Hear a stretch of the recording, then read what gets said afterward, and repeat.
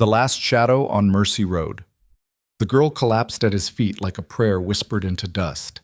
Ethan Cole had ridden past 1,000 pleas in his 38 years, drunks begging coins, widows seeking justice, children wanting fathers who'd never return. He learned to keep his eyes forward, his jaw set, his horse moving. But when those small fingers closed around his boot with the desperate strength of the dying, when that voice cracked through the Montana heat like breaking glass, something in him froze. Please don't ride away, please. Mama's dying and there's nobody else. The sun beat down. The road stretched empty in both directions. And for the first time in 6 years, Ethan Cole stopped running. Welcome to a story of second chances beneath the unforgiving summer sky. If this tale moves you, hit that like button and comment with your city so I can see how far this story travels. Now, let me tell you about the day a man who'd lost everything found the one thing he'd stopped looking for, a reason to stay. The Montana Territory in July was a kind of hell that didn't need fire. The sun hammered down from a bleached sky, turning earth to powder and breath to labor. Even the wind, when it came, brought no relief, just carried the scent of sage and desperation across miles of cracked ground. Ethan Cole had chosen this route deliberately. The main road through Mercy was paved with questions he had no intention of answering. Out here, a man could ride for days and see nothing but distance. That suited him fine. Distance was honest. Distance didn't ask where you'd been or why you wore a gun like you knew how to use it. His horse, a gray mare he'd won in a card game outside Billings, picked her way along the rutted trail with the tired wisdom of an animal that understood hardship. Ethan kept his hat low, his canteen close, and his thoughts elsewhere. Somewhere back in Wyoming, maybe. Or further. Somewhere before the badge, before the mistakes, before he'd learned that justice and law weren't the same thing and that wearing one didn't guarantee the other. The girl appeared so suddenly he almost didn't see her.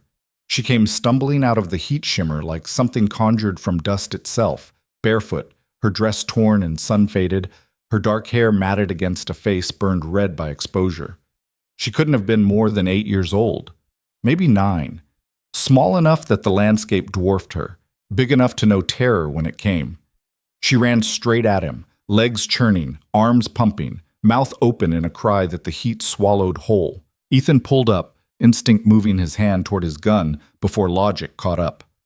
Not a threat, a child. Running like the devil himself was on her heels. She reached his stirrup and collapsed. Not dramatically, not with a swoon or a graceful fall. She just folded, knees buckling, hands scrabbling for purchase, body crumpling into the dust like something with all its strings cut at once. Her fingers caught his boot and held on with the kind of strength that comes from pure animal desperation. Please. The word came out broken, half sob, half gasp. Please don't ride away. Ethan sat perfectly still. The mare shifted beneath him, uneasy. His throat was dry, his mind already calculating distance, complications, entanglements. He'd made it a rule never to stop. 6 years of drifting had taught him that stopping meant questions, and questions meant lies, and lies meant eventually moving on anyway, but with more weight in your saddlebags. Please, her voice cracked. Mama's dying and there's nobody else. I've been walking since dawn and you're the first person, and please, mister, please. She dissolved into coughing, body shaking so hard her grip on his boot slipped. Ethan dismounted before he'd consciously decided to. His hands, rough, scarred, more familiar with violence than comfort, caught her shoulders before she face-planted into the hardpan. Up close she looked worse, lips cracked and bleeding, eyes sunken, skin hot enough to feel through her dress. Dehydration, heat exhaustion, possibly worse. He unstoppered his canteen with one hand, supporting her with the other. Slow, he said. His voice came out rougher than he'd intended, unused after days of silence. Too fast and you'll lose it. She drank like someone drowning, greedy and graceless, water spilling down her chin. He let her have 3 swallows before pulling it away. She whimpered, but didn't fight. Your mama, Ethan said. Where? The girl pointed west toward a line of cottonwoods maybe 2 miles distant. The cabin, by the creek that dried up. She's burning up and she won't wake up right, and I tried to get help, but nobody would come, and how long's she been sick? 3 days? Maybe 4.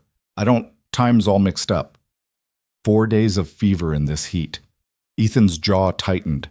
He looked west, then east toward the road that would take him to Idaho, to Oregon, to anywhere that wasn't here. The smart play was obvious. Give the kid the canteen, point her toward Mercy, ride on. A man could cover a lot of ground before sunset. A man could be across the territorial line by morning. But the girl's fingers had found his wrist now, and she was looking up at him with eyes that had already seen too much for someone so young, eyes that knew what no looked like, what abandonment tasted like, what it meant when adults walked away because helping was hard and leaving was easy. "She's all I got," the girl whispered. "If she dies, I got nobody." Something in Ethan's chest, something he'd thought he'd buried deep enough that it couldn't claw back up, twisted sharply. He saw another girl, younger than this one, reaching for him. Heard another voice calling him back. Felt the weight of failure, of being too late, of discovering that sometimes your best wasn't nearly good enough. He swung back into the saddle and held down a hand. "What's your name?" "Lucy. Lucy Hale." "Well, Lucy Hale, let's go see about your mama." The relief that flooded her face was almost painful to witness. She took his hand, hers was so small it disappeared entirely in his grip, and he pulled her up behind him. She wrapped thin arms around his waist and pressed her face against his back. "Thank you," she breathed. "Thank you. Thank you." "Don't thank me yet." Ethan turned the mare west. "I ain't much for miracles." The ride took 20 minutes that felt like hours. Lucy directed him with whispered instructions, too exhausted for full sentences. Left at the dead tree. Past the wash. Through the gap where the fence fell down. The land here bore the marks of hardship, overgrazed pastures gone to scrub, irrigation ditches cracked and empty, the skeletal remains of hope visible in every failed improvement. The cabin appeared gradually, first as a dark smudge against the shimmer, then as a definite structure. It was small, maybe 3 rooms built from local timber that had weathered to gray. The roof sagged in the middle. 2 windows, one covered with cloth, the other with what looked like a feed sack. A chicken coop stood empty. A small garden plot had gone to weeds. But the cottonwoods, those had survived. They clustered near what must have been the creek, their roots deep enough to find water even when the surface dried up. Their shade was the only mercy visible for miles. Ethan dismounted in that shade and lifted Lucy down. She swayed, nearly fell, caught herself on the stirrup. "Inside," he said. "Sit down before you drop." "Mama, I'll see to her. You sit." He didn't wait for agreement. The cabin door hung crooked on leather hinges, half open. Ethan pushed through into dimness and heat that hit like a physical thing. The air was thick, stale, tasting of sickness and desperation. He gave his eyes a moment to adjust. 1 room, main living space. A table, 2 chairs, a cook stove cold and empty. Shelves mostly bare. A trunk in the corner. Everything worn, mended, make-do. The kind of poverty that was quiet and dignified and absolutely merciless. A doorway led to the sleeping room. Ethan crossed to it, boots loud on the plank floor. The woman on the bed was dying. He'd seen enough death to recognize its approach, the way it settled into a body, claimed territory, prepared for final occupation. She lay on her back, covers thrown off, dress soaked with sweat, dark hair spread across a thin pillow. Her face was flushed deep red, lips cracked, breath coming in short, labored gasps. She was young, younger than him probably, maybe 30, hard to tell with illness distorting features, but even fever couldn't completely hide the fact that she'd been pretty once. Still was, under the ravages. Fine-boned, delicate. The kind of woman who looked like she should be in a parlor somewhere, not dying in a sun-beaten cabin in the middle of nowhere. Ethan touched her forehead. The heat was shocking. Not human heat, but something fiercer, like touching metal left in the sun. Her eyes flickered open, brown, unfocused, seeing something that wasn't there. "James?" Her voice was a thread. "James, you came back?" "I ain't James." Ethan kept his voice low. "Name's Cole. Your girl Lucy brought me." "Lucy?" The name seemed to pull her toward consciousness. She's safe, outside.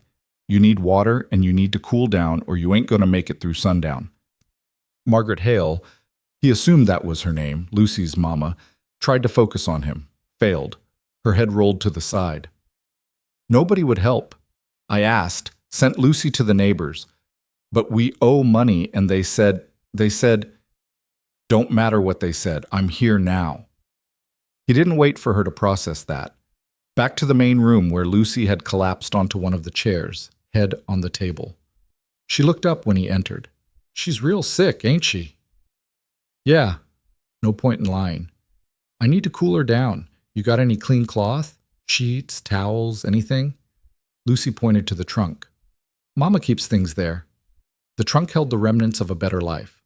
Quilts too nice for daily use, a few pieces of clothing carefully folded, a child's dress that looked like it had been saved for special occasions.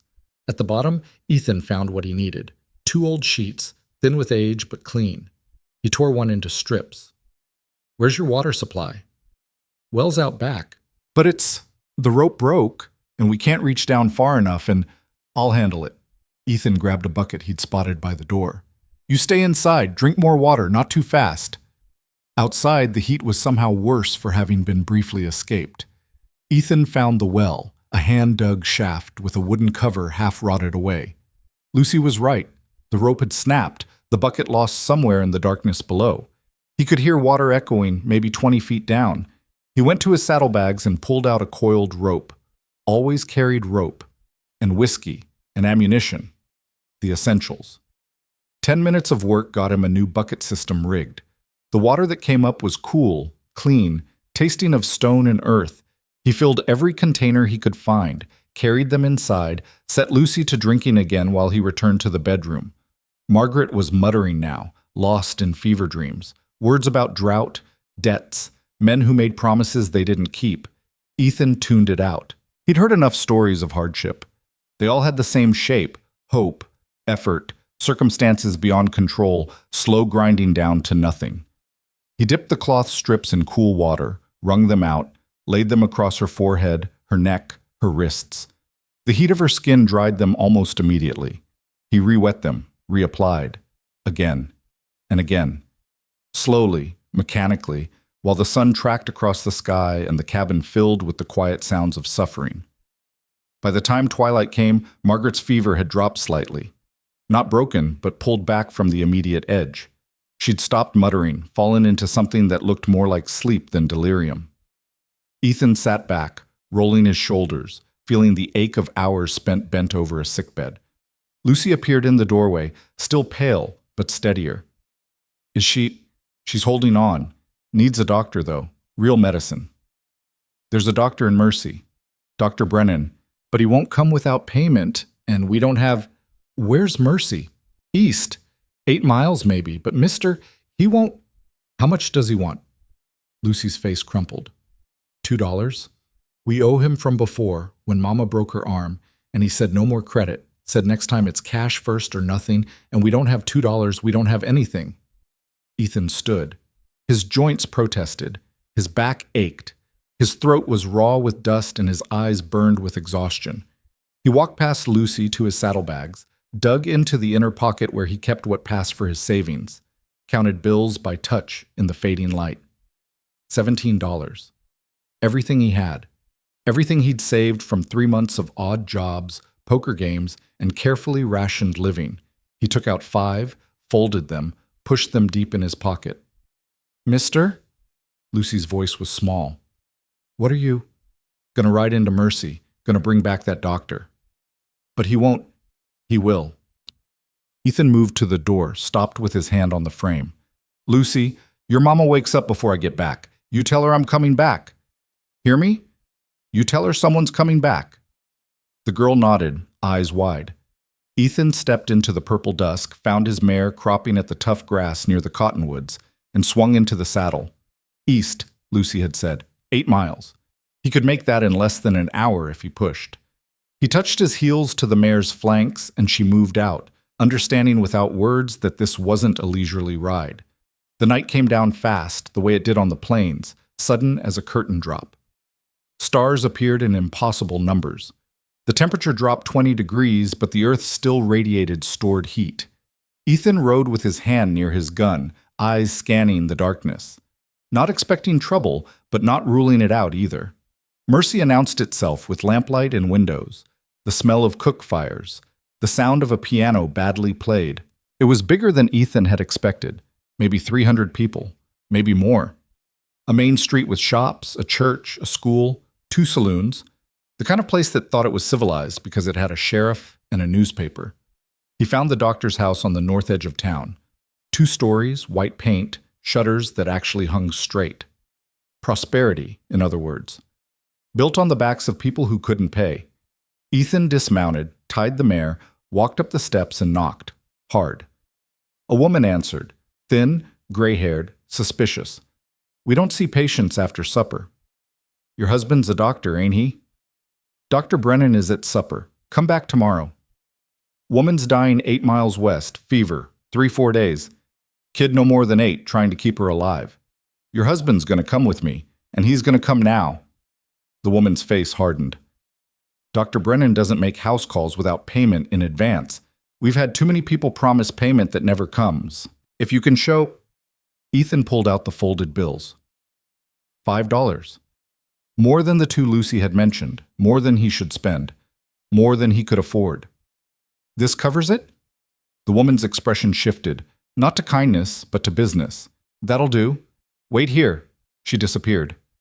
Ethan stood on the porch, hat in hand, listening to murmured conversation inside. A man's voice, irritated. The woman's, insistent. More back and forth.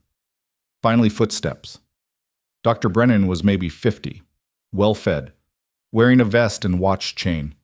He looked at Ethan the way you'd look at something that had interrupted dinner. "Catherine says there's an emergency. Woman with fever, bad fever, name's Margaret Hale." Something flickered across Brennan's face. Recognition, discomfort. "The Hale woman. Out past Cutter's Creek." "You know her?" "I know she owes me money. Told her last time, no more credit." "I just paid you." Ethan kept his voice level. $5. That covers whatever she owes in tonight's visit. So get your bag and let's go." Brennan studied him. Ethan could see the calculation happening.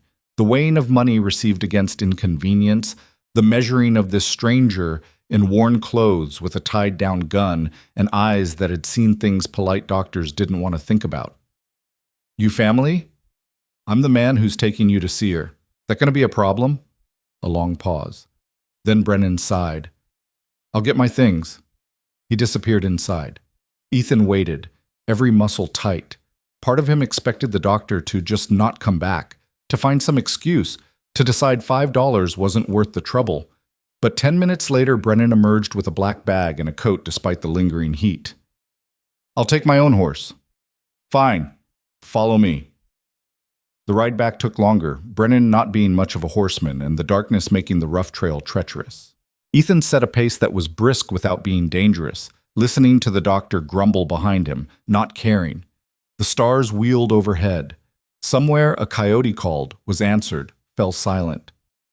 They reached the cabin near midnight.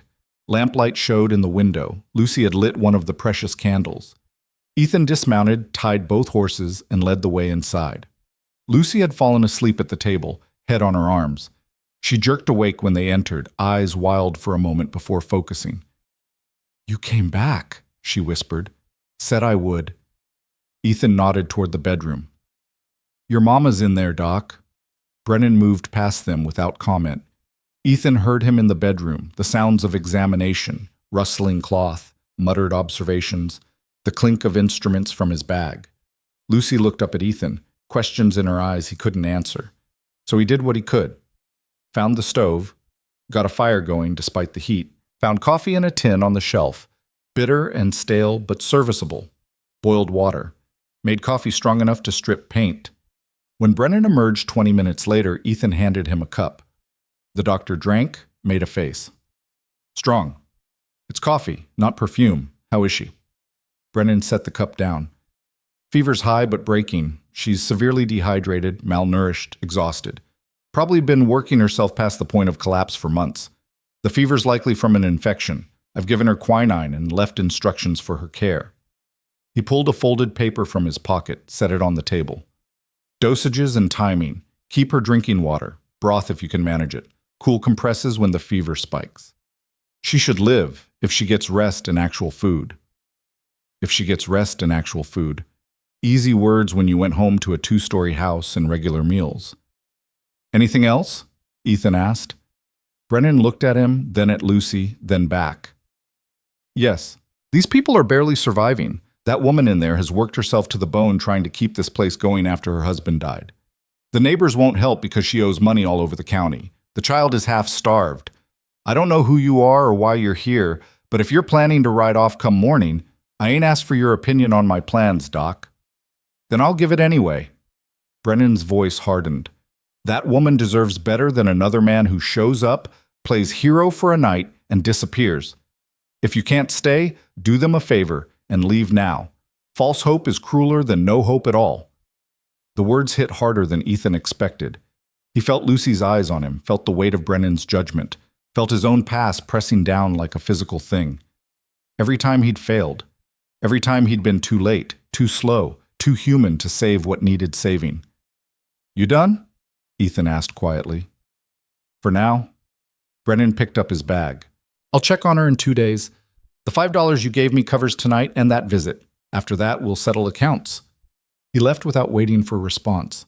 The door clicked shut. The lamplight wavered. Lucy was still staring at Ethan. You are coming back, right? Her voice was barely audible. In 2 days, when he comes back, you'll still be here? Ethan looked at this child who'd already been abandoned by death, by neighbors, by a community that valued money over mercy. Looked at the bedroom doorway where her mother fought for life. Looked at his own hands, scarred and empty. Yeah, he heard himself say. I'll be here.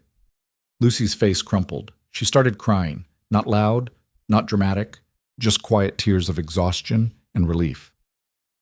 And the kind of bone-deep weariness that came from holding yourself together when everything was falling apart. Ethan stood there, awkward, no idea what to do. Finally, he pulled out a handkerchief, handed it to her. Go on to bed. I'll keep watch on your mama. But you should sleep too. I'll sleep when I'm tired. Go on. She went, taking the lamp, leaving him in darkness, broken only by starlight through the window and the faint glow of the stove. Ethan poured himself more coffee, pulled a chair to the bedroom doorway, and settled in to watch. Margaret Hale slept fitfully, sometimes quiet, sometimes murmuring. Once she called for James again, her dead husband, Ethan assumed. Once she whispered Lucy with such desperate love it made his chest ache. He kept the compresses going, kept water nearby, kept his vigil. Somewhere past 3 in the morning, her eyes opened, actually focused. She looked at him without recognition or fear, just quiet confusion. You're not Dr. Brennan. No, ma'am. Name's Ethan Cole. Your daughter found me on the road. Lucy. She tried to sit up, couldn't manage it. Is she? She's fine. Asleep in the other room. Drink this. He helped her drink, her hands too weak to hold the cup. She managed a few sips before falling back, exhausted by even that small effort. You brought the doctor, she said. Lucy told me. Said you paid him. Yes, ma'am. Why? The question was simple. The answer wasn't. Because your daughter begged me. Because I'm tired of running. Because I failed someone once, and maybe if I don't fail you, it'll balance some cosmic ledger I don't even believe in. Seemed like the thing to do, he said instead. Margaret studied him with eyes that were still fever-bright but clearing. Men don't usually stop. Not for us. Not anymore. Well, I stopped. Will you stay? Dr. Brennan's medicine, his instructions. I can't manage it alone. Not yet. And Lucy, she's so young. She shouldn't have to... Her voice broke. I'm asking for help. I hate asking, but I'm asking. Ethan looked at this woman who'd been brought low by circumstance and hardship and the casual cruelty of a world that demanded strength but offered no support. Looked at the cabin around them, small and worn but clean, maintained with the kind of dignity that poverty couldn't quite erase. Looked at the doorway where a little girl slept, probably for the first time in days feeling something other than terror. He thought about the road east, the anonymity of distance, the safety of never stopping long enough to matter to anyone. "I'll stay," he said, "till you're on your feet." Relief washed across her face. "Thank you. I can pay you. Not now, but when the crop comes in, if we can get water to the fields. We'll figure it out." "Mr. Cole." "Just Cole. Get some sleep, Mrs. Hale." "Margaret." She was already fading, pulled back down into exhaustion. "If I'm going to be asking favors, we should at least use first names." "All right. Margaret, sleep now." She did, almost instantly. Ethan sat in the darkness, listening to her breathe, listening to the cabin settle, listening to the wind move through the cottonwoods outside. He'd stopped. Against every instinct, against years of careful practice, he'd stopped. And somewhere in the back of his mind, he heard Dr. Brennan's words. False hope is crueler than no hope at all. But he'd given his word to a dying woman and a terrified child. And whatever else Ethan Cole had lost over the years, his badge, his family, his faith in justice, he still had that. His word. For whatever it was worth. He settled deeper into the chair and waited for dawn. Dawn came slowly, the sky bleeding from black to purple to pale gold. Ethan had dozed in the chair, his body trained by years of light sleeping to wake at any change, a shift in breathing, a sound that didn't belong, the quality of silence that meant danger. But Margaret slept deeply now, her fever finally broken somewhere in the small hours, her face peaceful in a way it hadn't been when he'd first seen her. He stood, joints protesting, and moved quietly to the main room. Lucy was curled in a quilt on the floor near the cold stove, one arm flung out, mouth slightly open. Something about the vulnerability of it, this child who'd walked miles in killing heat to find help, who'd held her world together with nothing but determination, made his throat tight. The cabin looked different in daylight. Not better exactly, but clearer. He could see now the careful mending in the curtains, the swept floor, the dishes stacked neatly despite their mismatched, chipped state. Poverty, yes, but not defeat. Not yet. Ethan stepped outside into air that was already warming, already promising another brutal day. The cottonwoods rustled overhead, their leaves silver green against the sky. He walked the property with the eye of someone who'd worked ranches, farms, hardscrabble homesteads from Wyoming to Oregon. Saw what was there and what wasn't. The well was good, deep, clean water, just needed proper rope and maintenance. The garden plot had decent soil under the weeds, enough sun, close enough to the house for tending. The pasture was overgrazed, but could recover with proper rotation. The chicken coop needed repair, but the structure was sound. The barn, more of a lean-to really, sagged dangerously but could be shored up. The creek bed told a harder story. It carved through the property maybe 100 yards from the house, deep enough that it had run year-round once. But the channel was dry now, cracked mud and scattered stones. Upstream, Ethan could see where someone had tried to dig deeper, tried to find water that wasn't there anymore. He followed the bed west, away from the cabin, reading the land. A quarter-mile out, he found the problem. Someone had built a dam. Not a proper one. Just logs, rocks, and mud shoved across a narrow point in the channel. Crude, but effective. It diverted the entire flow north, away from the Hale property, toward bottomland that showed green even in the drought. Cattle grazed there, fat and content. Good fence. New fence. Ethan stood looking at that dam for a long time. Water rights in Montana Territory were supposed to be based on prior appropriation. First in time, first in right. The Hales had been here first, from what Lucy had said. Her father had filed claim, built the cabin, started the farm before he died. But water was life, and life made men do ugly things. He headed back to the cabin, mind working. Found Lucy awake, sitting at the table looking lost. "Morning," he said. She jumped. "I didn't hear you. I thought maybe you'd left." "Still here." He moved to the stove, got the fire going again. "Your mama's fever broke. She'll sleep most of today, but she's through the worst of it." Lucy's face transformed. "Really? She's going to be all right?" "If we take care of her proper.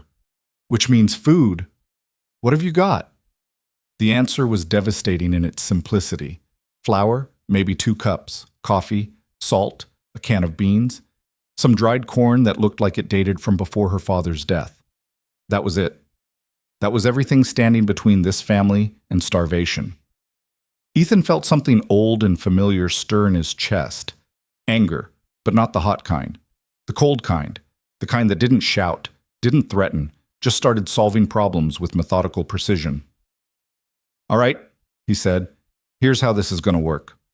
I'm riding into Mercy. Going to get supplies, food, medicine, things we need. You stay here. Tend your mama like the doctor said. Can you do that?" Lucy nodded, solemn.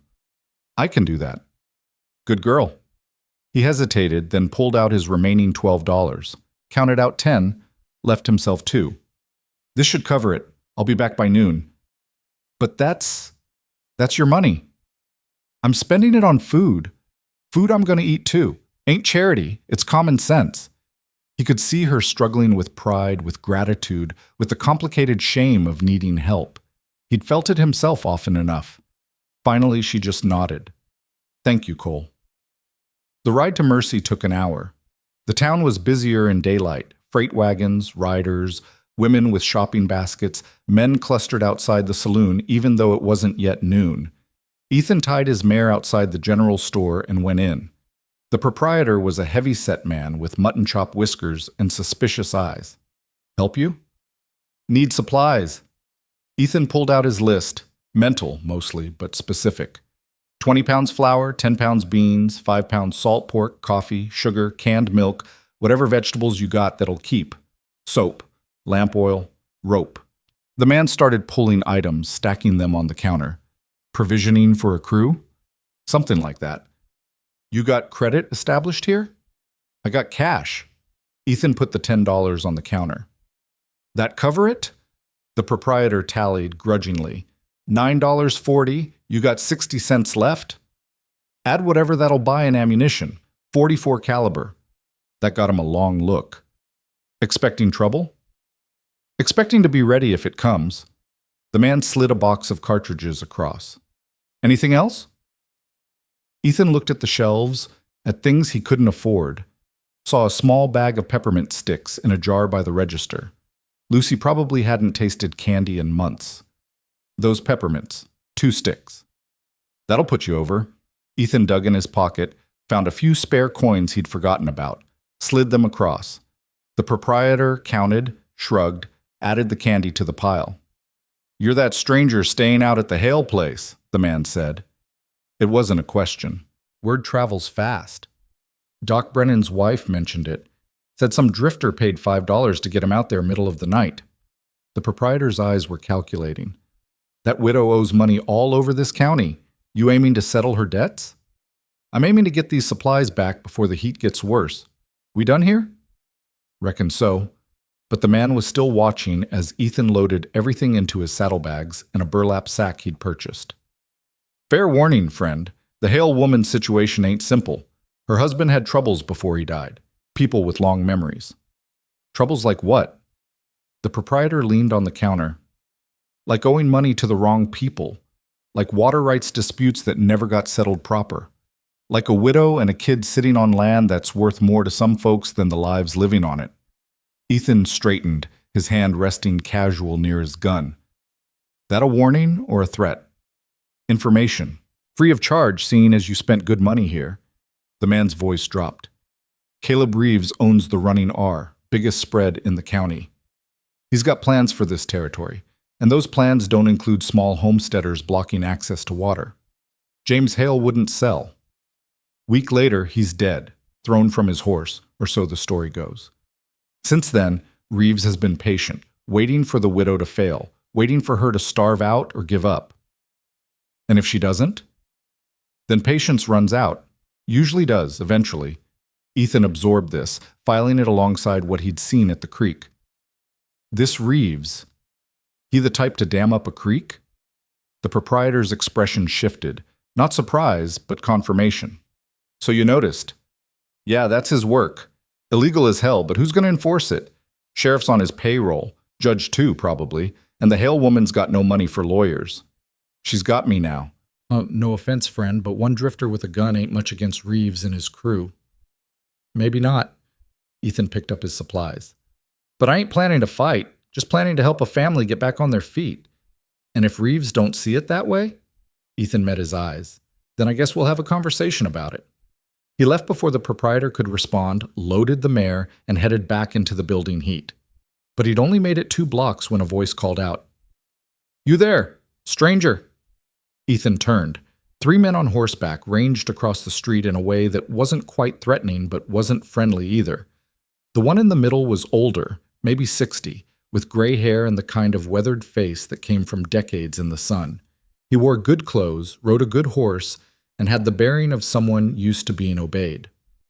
"Caleb Reeves," the man said. Not a question. "You're the one staying out at the Hale place. News spreads fast in small towns." "It does." Reeves walked his horse closer. Up close, his eyes were pale blue, cold as January ice. "Mind if I ask your business there?" "Private business." "See, that's where you're wrong." Reeves leaned forward, saddle creaking. "Anything involving the Hale property is my business. That land borders mine. The water situation affects my cattle. And that widow owes debts to half the county, including money her husband borrowed from me before he died." Ethan kept his voice level. "Debts are between creditors and debtors. I'm just helping out temporarily." "Temporarily," Reeves smiled, and it didn't reach his eyes. "That's good. Because, see, I've made Mrs. Hale a fair offer for her land. More than fair, considering its condition. She's refused, which is her right, but her situation ain't sustainable. When she finally accepts reality, I don't want complications from well-meaning strangers who don't understand the local situation. What I understand is a woman and a child need help. I'm providing it. No complications intended." One of the other riders, younger with a nasty scar across his jaw, spoke up. "Maybe we should explain things clearer, boss." Reeves held up a hand. "Not necessary, Tommy. Our friend here seems like a reasonable man." Back to Ethan. "Let me be plain. This territory is growing, changing. Small homesteads like the Hales, they're relics. Can't compete, can't survive. Mrs. Hale's hanging on to something that's already dead. She just don't know it yet. When she figures it out, I'll be there with a fair price. Until then, I'd appreciate it if outside parties didn't encourage false hope." "And if I disagree about what's false hope and what ain't?" The temperature of the conversation dropped 20 degrees. Reeves's smile vanished. "Then you'd be making a mistake, a serious one. I've been patient with Margaret Hale out of respect for her situation, but my patience ain't infinite, and it don't extend to strangers with guns playing hero." Ethan looked at him, at the 2 riders flanking him, at the town around them where people were carefully not watching this exchange. Thought about the dam on the creek, the dried-up water, the systematic isolation of a widow who had no leverage and no allies. "Appreciate the warning," he said. "Now, if you'll excuse me, I got supplies to deliver." He started to move past. Reeves's horse shifted, blocking his path. "One more thing," Reeves said, voice dropping. "James Hale was a stubborn man. Got him killed. I'd hate to see history repeat itself over something that ain't even your fight." The threat hung in the air, naked and clear. Ethan looked up at Reeves and saw something he'd seen before. Power that had gone unchecked so long it couldn't imagine being challenged.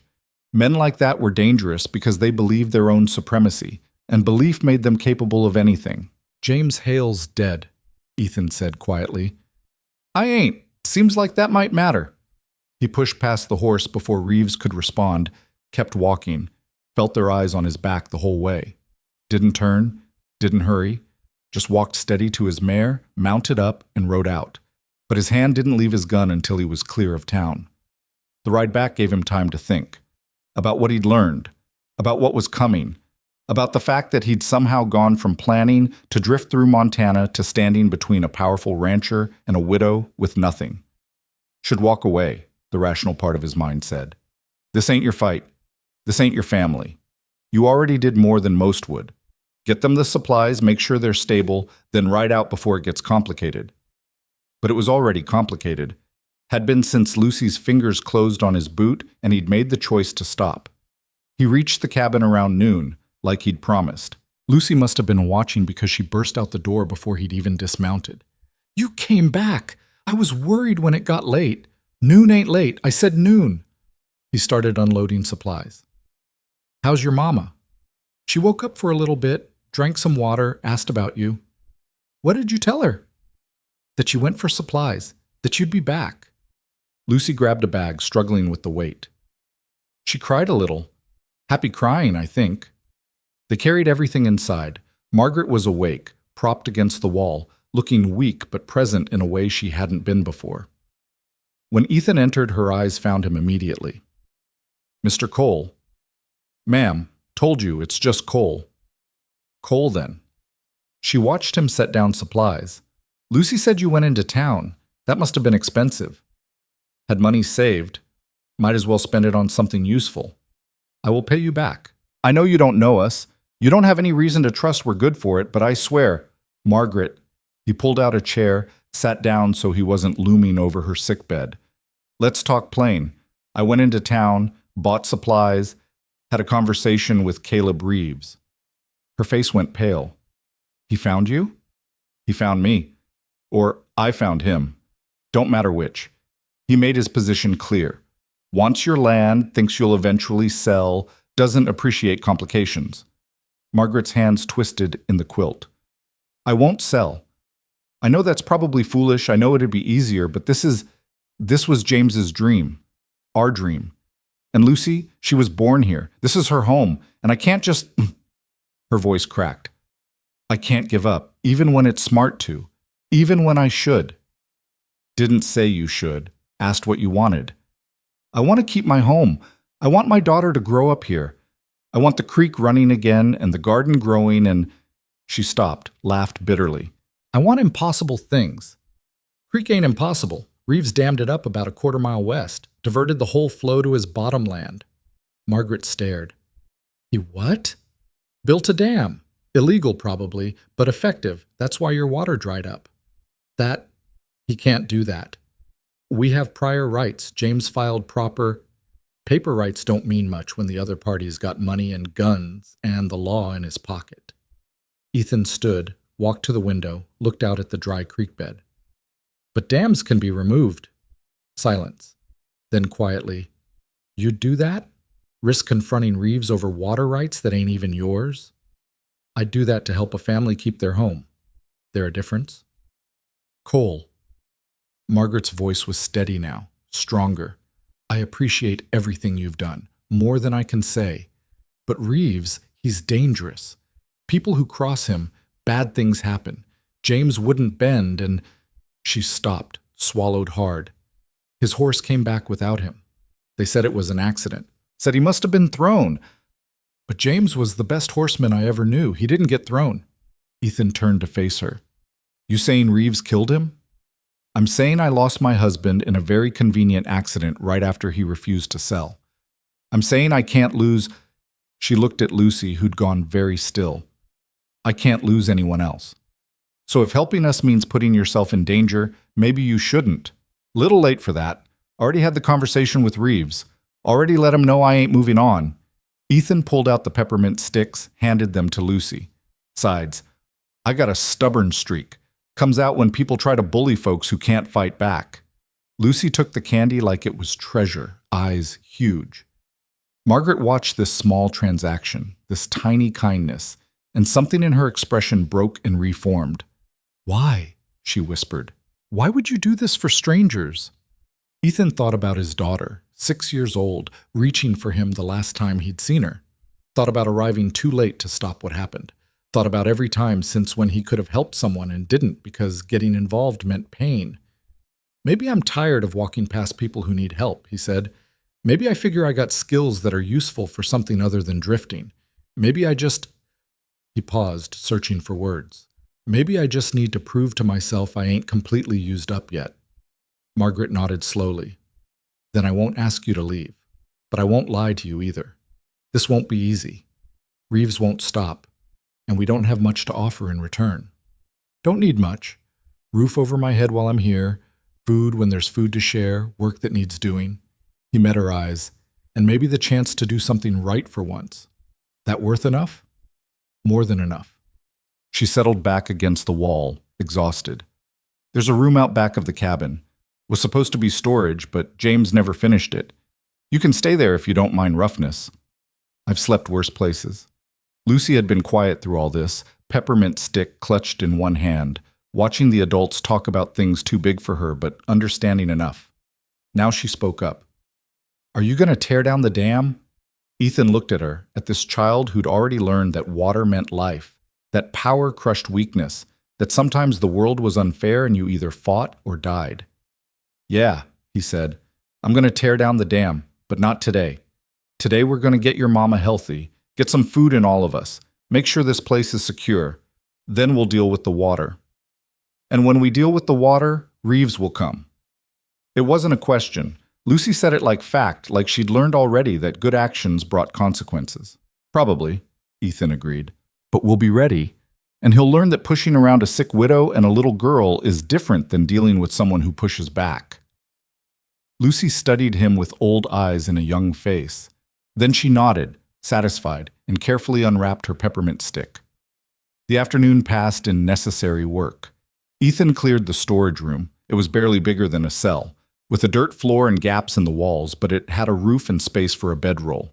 He transferred his gear, including the rifle he'd kept wrapped in oilcloth, the revolver he wore, and the knife he kept in his boot. Tools of a trade he'd hoped to leave behind.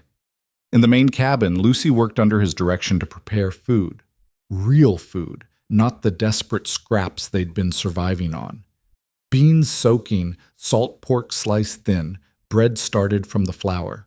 Simple things, but to people on the edge of starvation, a feast. Margaret slept through most of it, her body finally able to rest now that crisis had passed. When she woke in the evening, Ethan brought her broth and bread, watched her eat slowly, carefully, like someone remembering what food tasted like. This is good, she said, surprised. It's beans and pork. Ain't exactly fine dining. To us it is. She ate another spoonful. Cole, about the dam. When you do something about it, he'll retaliate. You know that. I know. And you're still planning to? Can't farm without water. Can't survive without farming. Math's pretty simple. Margaret set down the bowl. I should tell you something. About James, about how he died. Ethan pulled up a chair. All right. It was October, 18 months ago. He'd gone into town, talked to a lawyer about the water situation, got confirmation we had prior rights, that Reeves couldn't legally divert the creek, came home planning to file a complaint, get the territorial judge involved. Her voice was steady, but her hands shook. Next morning, he saddled up to check the north fence line. Routine work. He'd done it 100 times. She paused, breathing careful. Ethan waited. His horse came back at sunset. Alone. Saddle empty, bridle torn. We found James at the bottom of a ravine, neck broken. His horse, Sam, gentlest animal you ever met, had a bloody spur mark on his flank. Fresh, like someone had jabbed him hard enough to make him bolt. And the sheriff? Said it was an accident. Said James must have been careless, spooked the horse somehow, closed the investigation in 3 days. Margaret's eyes were dry but fierce. But I know my husband. I know his horse, and I know timing. A man doesn't die in a convenient accident the day after he threatens legal action against the most powerful rancher in the territory. No, Ethan agreed quietly. He doesn't. So when I say this is dangerous, I mean it. Reeves has killed before. He'll kill again if he thinks he needs to. Ethan absorbed this, adding it to everything else he knew about Caleb Reeves. Rich, connected, ruthless, and willing to commit murder for water and land. Then we'll be careful, he said, and we'll be ready. You think being ready is enough? I think doing nothing guarantees losing. Doing something at least gives you a chance. He stood. Get some rest. Tomorrow we'll start putting this place back together. That night, lying on his bedroll in the rough storage room, Ethan stared at darkness and thought about choices. He could still leave, take what was left of his money, ride north, be in Idaho before anyone noticed, live to drift another day. But Lucy's face kept appearing in his mind, and Margaret's quiet desperation, and the image of a dam blocking water that should run free, built by a man who thought power meant the right to take whatever he wanted. Ethan had been a lawman once, had believed in justice, in protection, in standing between the strong and the weak. That belief had cost him everything: his badge, his family, his faith that doing right mattered. But lying there in the darkness, listening to the wind through cottonwoods, he felt something old stirring. Not belief exactly. Not yet. But maybe the memory of belief. The ghost of the man he used to be, whispering that some things were worth the risk. He closed his eyes and waited for sleep, knowing tomorrow would bring work, knowing eventually it would bring confrontation, knowing he'd already chosen his side whether he admitted it or not. In the main cabin, Margaret lay awake too, listening to her daughter's peaceful breathing, feeling strength slowly returning to her body. She thought about the stranger sleeping in her storage room, about the kindness he'd shown, the risk he was taking, the fact that he'd stopped when everyone else had ridden past. She didn't know if they could win against Reeves, didn't know if the dam could be removed, if the water could be reclaimed, if her small piece of land could survive against the tide of consolidation sweeping the territory. But for the first time in 18 months, she wasn't alone. For the first time since James died, someone was fighting alongside her instead of waiting for her to fail. It wasn't hope exactly. Not yet. But it was close. And in the darkness of that rough cabin, with heat still radiating from the earth and stars wheeling overhead, close to hope felt like enough. The next week passed in the rhythm of hard work and careful watching. Ethan rose before dawn each day, when the air was still cool enough to breathe without effort, and set about repairing what neglect and hardship had broken. The chicken coop came first: new wire, reinforced posts, a proper door that latched. He rode into Mercy and traded 2 days' labor at the livery for 6 hens and a rooster, brought them back in a crate tied to his saddle. Lucy's face when she saw them was worth every blister. "Real chickens," she breathed like he'd brought her diamonds. "Real eggs soon enough," he said. "You'll need to tend them morning and night. Can you handle that?" She nodded so hard her braids bounced. "I can handle it." Margaret grew stronger each day, the fever's damage slowly reversing under the influence of food, rest, and medicine. By the 4th day, she was sitting up for hours at a time. By the 6th, she was walking to the table, to the door, testing her limits. Ethan watched her recovery with the careful attention of someone who'd seen too many people push too far too fast, and he made sure she didn't overdo it even when her pride demanded otherwise. "I'm not an invalid," she protested on the 7th morning, when he'd insisted she rest instead of helping with the garden. "No, ma'am, you're not. You're someone recovering from nearly dying, which means you rest when rest is needed." He softened it with a slight smile. "Besides, Lucy and I got this handled."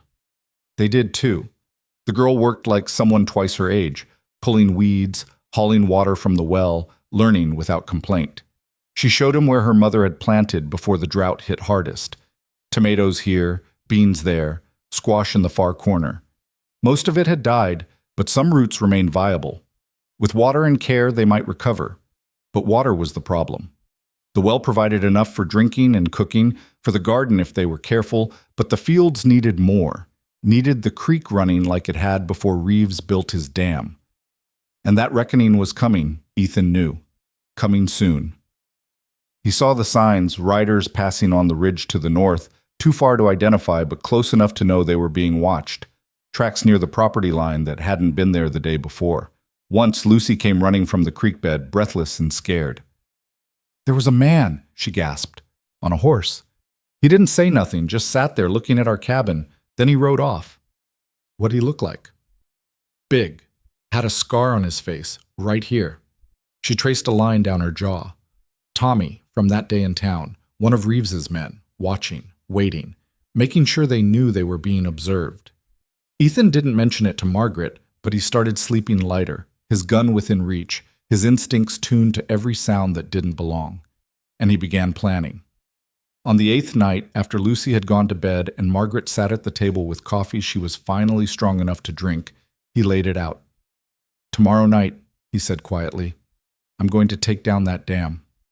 Margaret's cup stopped halfway to her lips. "Tomorrow?" "Moon'll be near full. Enough light to work by, not so bright I'll be easy to spot. And waiting longer just gives Reeves time to prepare. He already knows you're here, already knows what you're planning. Suspecting and knowing are different things. Right now, he's watching, trying to decide if I'm serious or just playing at being helpful before I drift on. Ethan leaned back in his chair. Taking down the dam answers that question, makes everything clear. And then? Then he'll come. But by then, the water will be flowing again, and that changes things, gives you leverage, proves your rights are worth defending. Margaret set down her cup, both hands flat on the table like she needed to steady herself. Cole, I can't ask you to do this. If something happens to you because of us, you're not asking. I'm offering. He met her eyes. I told you, I got a stubborn streak, and I don't like seeing people pushed around by those who think money and power mean they can take whatever they want. Even if fighting back might get you killed?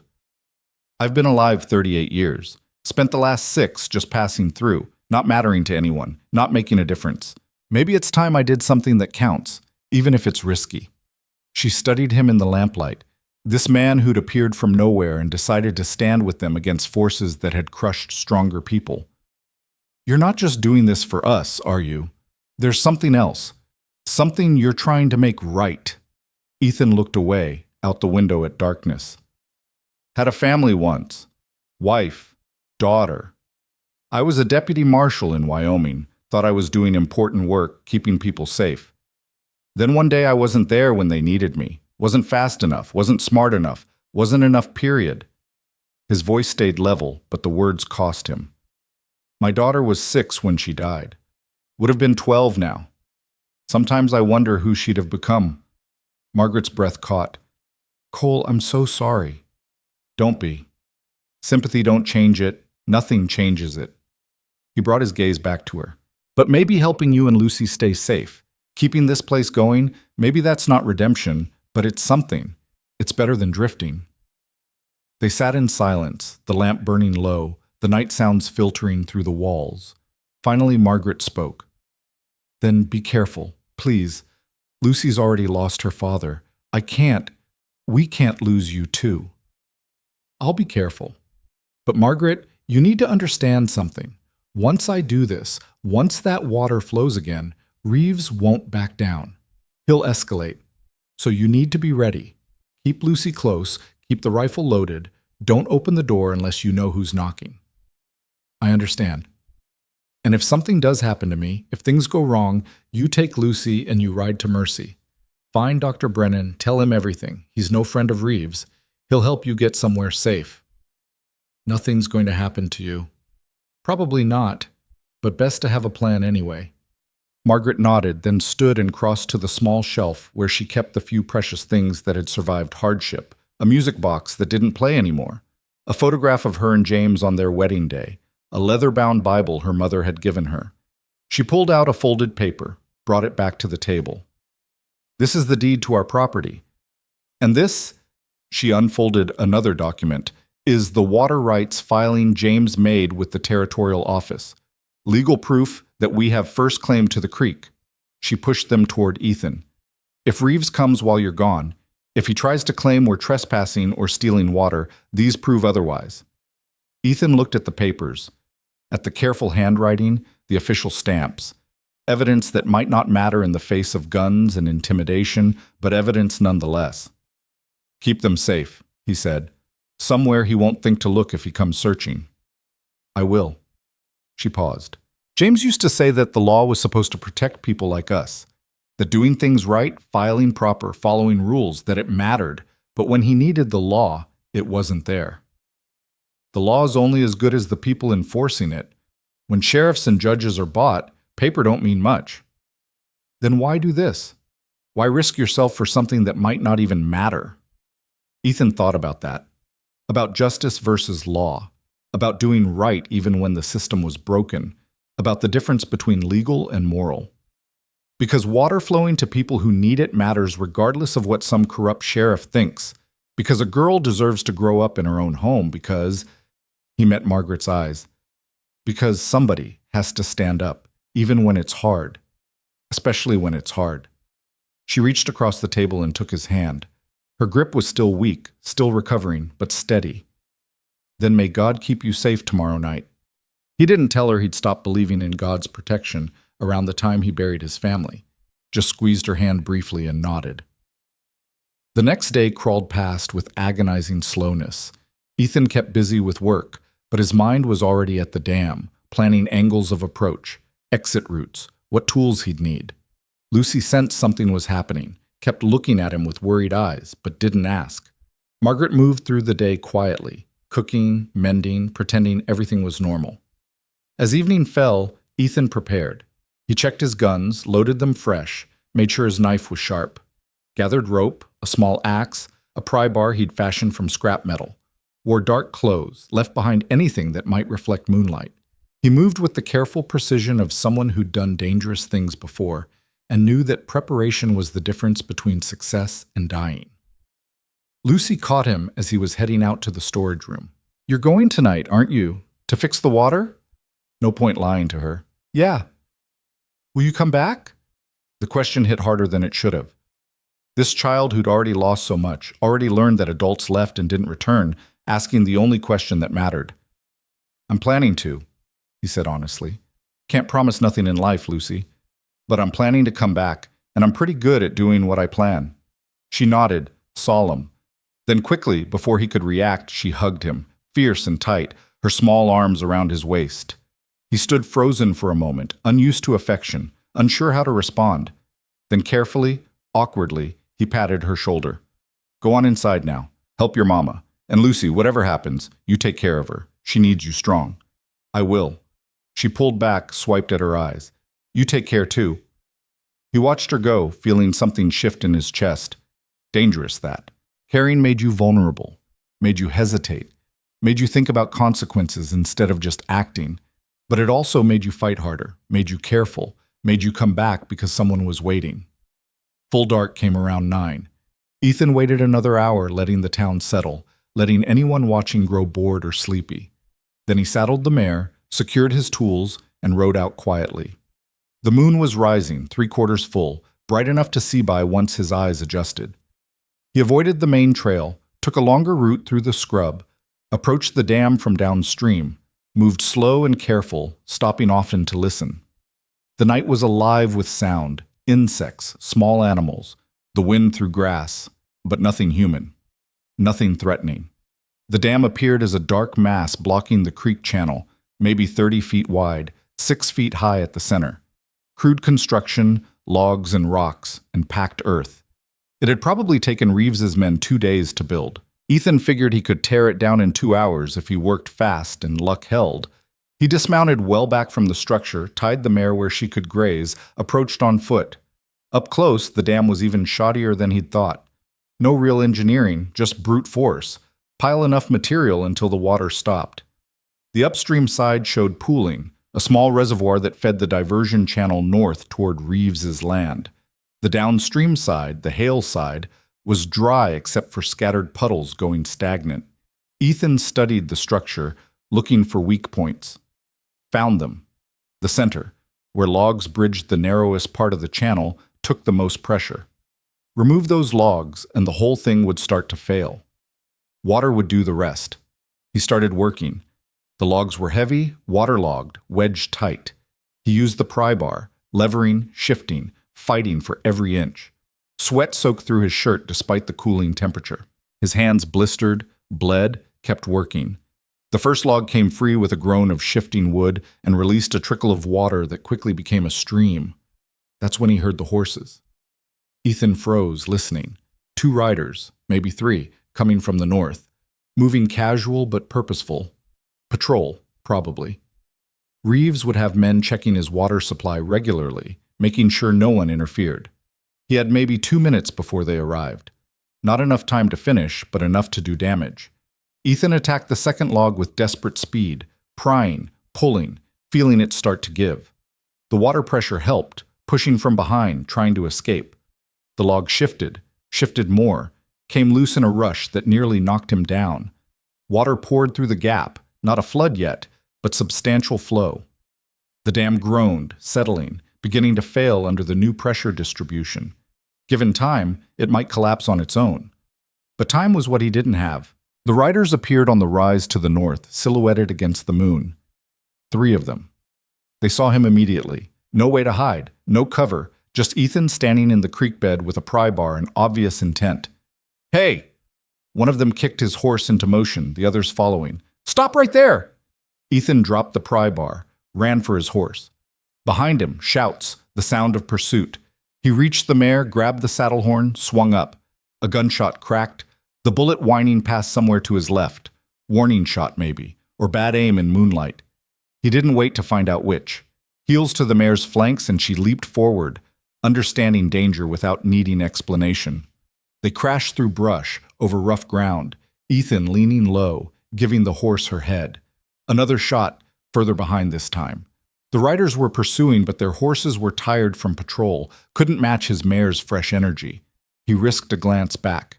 3 shapes falling behind, one of them pulling up. They weren't going to catch him, but they'd seen him clear, would recognize him if they got close enough. Ethan turned west, away from the Hale cabin, leading them away from Margaret and Lucy. Let them chase him, let them think he was running for the territorial line. After 20 minutes of hard riding, he cut south, then east, circling wide, lost them in a maze of washes and rock formations, doubled back on his own trail, finally headed home when he was sure no one followed. His heart hammered, his hand shook with spent adrenaline, but he was alive. And behind him, water was flowing. He reached the cabin near midnight, approached cautious in case Reeves had sent men here too. But the place was quiet, dark except for a single lamp in the window. Margaret must have stayed up, waiting. He took care of the mare first, rubbing her down, checking for injuries, giving her grain she'd earned. Then he went inside. Margaret stood from the table as he entered, took one look at his face, and knew. You did it. Started it, took out enough of the dam that the water's flowing again. Whether it holds, whether it stays open, that depends on what Reeves does next. His men saw you? 3 of them. Chased me, but I lost them. They'll report back. He'll know for certain it was me. Margaret crossed to him, looked at his hands, bleeding, blistered, torn up from the work. Without a word, she went to the shelf, brought back clean cloth, and the bottle of whiskey Ethan had bought for sterilizing wounds. She poured it over his hands and he hissed at the burn, but didn't pull away. Thank you, she said quietly, wrapping the cloth. For doing this. For risking yourself. Water's not fully flowing yet. He might rebuild the dam tomorrow. Might come here instead, try to end this direct. Then we'll face it together. She finished bandaging, met his eyes. Whatever comes, we face it together. Ethan nodded, too tired for words. He could feel exhaustion pulling at him, the adrenaline crash leaving him hollow. But there was something else, too, something he hadn't felt in years. The satisfaction of having done something that mattered, of having stood against power and survived, of having protected people who needed protecting. Get some sleep, Margaret said. Tomorrow might be difficult. Tomorrow's definitely going to be difficult. Question is how difficult. He was right. Dawn brought the answer. Ethan woke to the sound of horses, many horses, approaching fast. He was on his feet with his gun drawn before he was fully conscious, moving to the window. 6 riders coming up the trail, Reeves in the lead, his face set and hard. They weren't bothering with subtlety anymore. This was confrontation, direct and deliberate. Margaret appeared from the bedroom, Lucy behind her, both pale but steady. Is it? Yeah. Ethan checked his rifle, made sure it was loaded. Stay inside. Lock the door behind me. Don't come out no matter what you hear. Cole? Margaret, please, trust me. She hesitated, then nodded. Lucy grabbed her hand, scared but silent. Ethan stepped outside, closed the door, heard the bolt slide home. He walked to the middle of the yard, rifle held casual but ready, and waited. Reeves reined in 20 feet away, his men spreading out in a loose semicircle. 6 guns against 1. Bad odds, but Ethan had faced worse. The rancher looked at him with cold fury barely contained. You're either very brave or very stupid, Reeves said. I can't decide which. Don't have to be either to tear down an illegal dam. That dam was on my property. Diverting water I have rights to. Water that belongs to the Hales by prior appropriation. You know it, I know it, and if we got ourselves an honest judge, he'd know it too. Reeves's jaw tightened. I made you a simple offer. Walk away. This wasn't your fight. But you couldn't do that, could you? Had to play hero, had to interfere where you weren't wanted. Mrs. Hale wanted help. I provided it. Seems pretty straightforward. And now you've destroyed property, trespassed, and assaulted my men with intent to flee. That's serious crimes, Mr. Cole. Ethan almost laughed. Your men chased me after I removed an illegal obstruction from a waterway. Don't talk to me about crimes when you're standing here with 6 guns trying to intimidate a widow into selling land she don't want to sell. One of the riders, Tommy with the scar, spat into the dust. Let me handle this, boss. 1 bullet, problem solved. No. Reeves held up a hand, eyes never leaving Ethan. Mr. Cole here thinks he's defending justice. He thinks tearing down my dam makes him righteous. A cold smile. But here's what's going to happen. You're going to leave, today, right now. Take your horse and whatever belongings you've got and ride out of this territory. You do that, we forget this happened. And if I don't? Then you'll discover that accidents happen in Montana. Tragic accidents, like what happened to James Hale when he wouldn't be reasonable. The threat was naked, clear, unambiguous. Margaret had been right. Reeves had killed before. Would kill again. Was offering Ethan one chance to walk away before violence became inevitable. That's your offer? Ethan kept his voice steady. Leave or die. That's reality. This land, this water, it's going to be mine. The only question is how much trouble happens before that's settled. I'm giving you a chance to avoid being part of that trouble. Ethan looked at the 6 men, at their guns, at the hard certainty in their faces, looked at the cabin behind him where a woman and child waited, trusting him to protect them, looked at the creek in the distance where water was flowing again because he'd made it flow. He thought about his daughter, about arriving too late, about 6 years of running from the fact that he'd failed when it mattered, about the choice between safety and standing for something, between drifting and staying, between the easy path and the right one. No, he said. Reeves blinked. No? No, I ain't leaving. Mrs. Hale needs help. I'm providing it. The water's hers by right. I helped her reclaim it. And you threatening me just makes me more determined to stay. The temperature dropped. Tommy's hand moved toward his gun. 2 other riders shifted in their saddles, ready. Reeves's face went dark with rage, barely controlled. You're choosing to die for people you don't even know? I'm choosing to do something right for once. If that gets me killed, at least I'll die for something that matters instead of just fading away in some nameless town. For a long moment, nobody moved. The tension stretched thin as wire, ready to snap. Ethan knew he was seconds from dying, knew 6 guns would cut him down before he could fire twice, knew this was likely his last sunrise. But he also knew he couldn't walk away. Not this time. Not again. Then, from inside the cabin, a sound. The bolt sliding. The door opening. Margaret stepped out, Lucy beside her. They crossed the yard and stood next to Ethan, Margaret holding the old rifle that had been James's, Lucy gripping her mother's skirt, but standing straight and unafraid. He's not alone, Margaret said, her voice clear and strong. This is my land, my water, my home. And I'm not selling, not leaving, not backing down. Whatever you do to him, you'll have to do to us too. Reeves stared at her, then at Lucy, then back at Ethan. The calculation was visible. Could he kill a woman and child in cold blood, here in daylight, with witnesses? Would his men even follow that order? How far was he willing to go? The standoff held for seconds that felt like hours. Then Reeves pulled his reins, his horse backing up a step. This isn't over, he said, voice like gravel. You've made your choice. Live with the consequences. He wheeled his horse and rode off, his men following. They disappeared over the rise, dust settling in their wake, leaving Ethan, Margaret, and Lucy standing in the yard, alive, shaking, together. Margaret lowered the rifle, her hands trembling. Did that really? Yeah. Ethan's voice came out rough. You just stood down Caleb Reeves. That took courage. It took desperation. She looked at him, eyes bright with tears she refused to shed. And it took you. If you hadn't stayed, hadn't stood with us. But I did stay, and I'm not going anywhere. Lucy buried her face in her mother's skirt, finally allowing herself to cry. Margaret held her daughter with one arm, still gripping the rifle with the other, looking at Ethan with an expression he couldn't quite read. gratitude, relief, something deeper. "He'll be back," she said.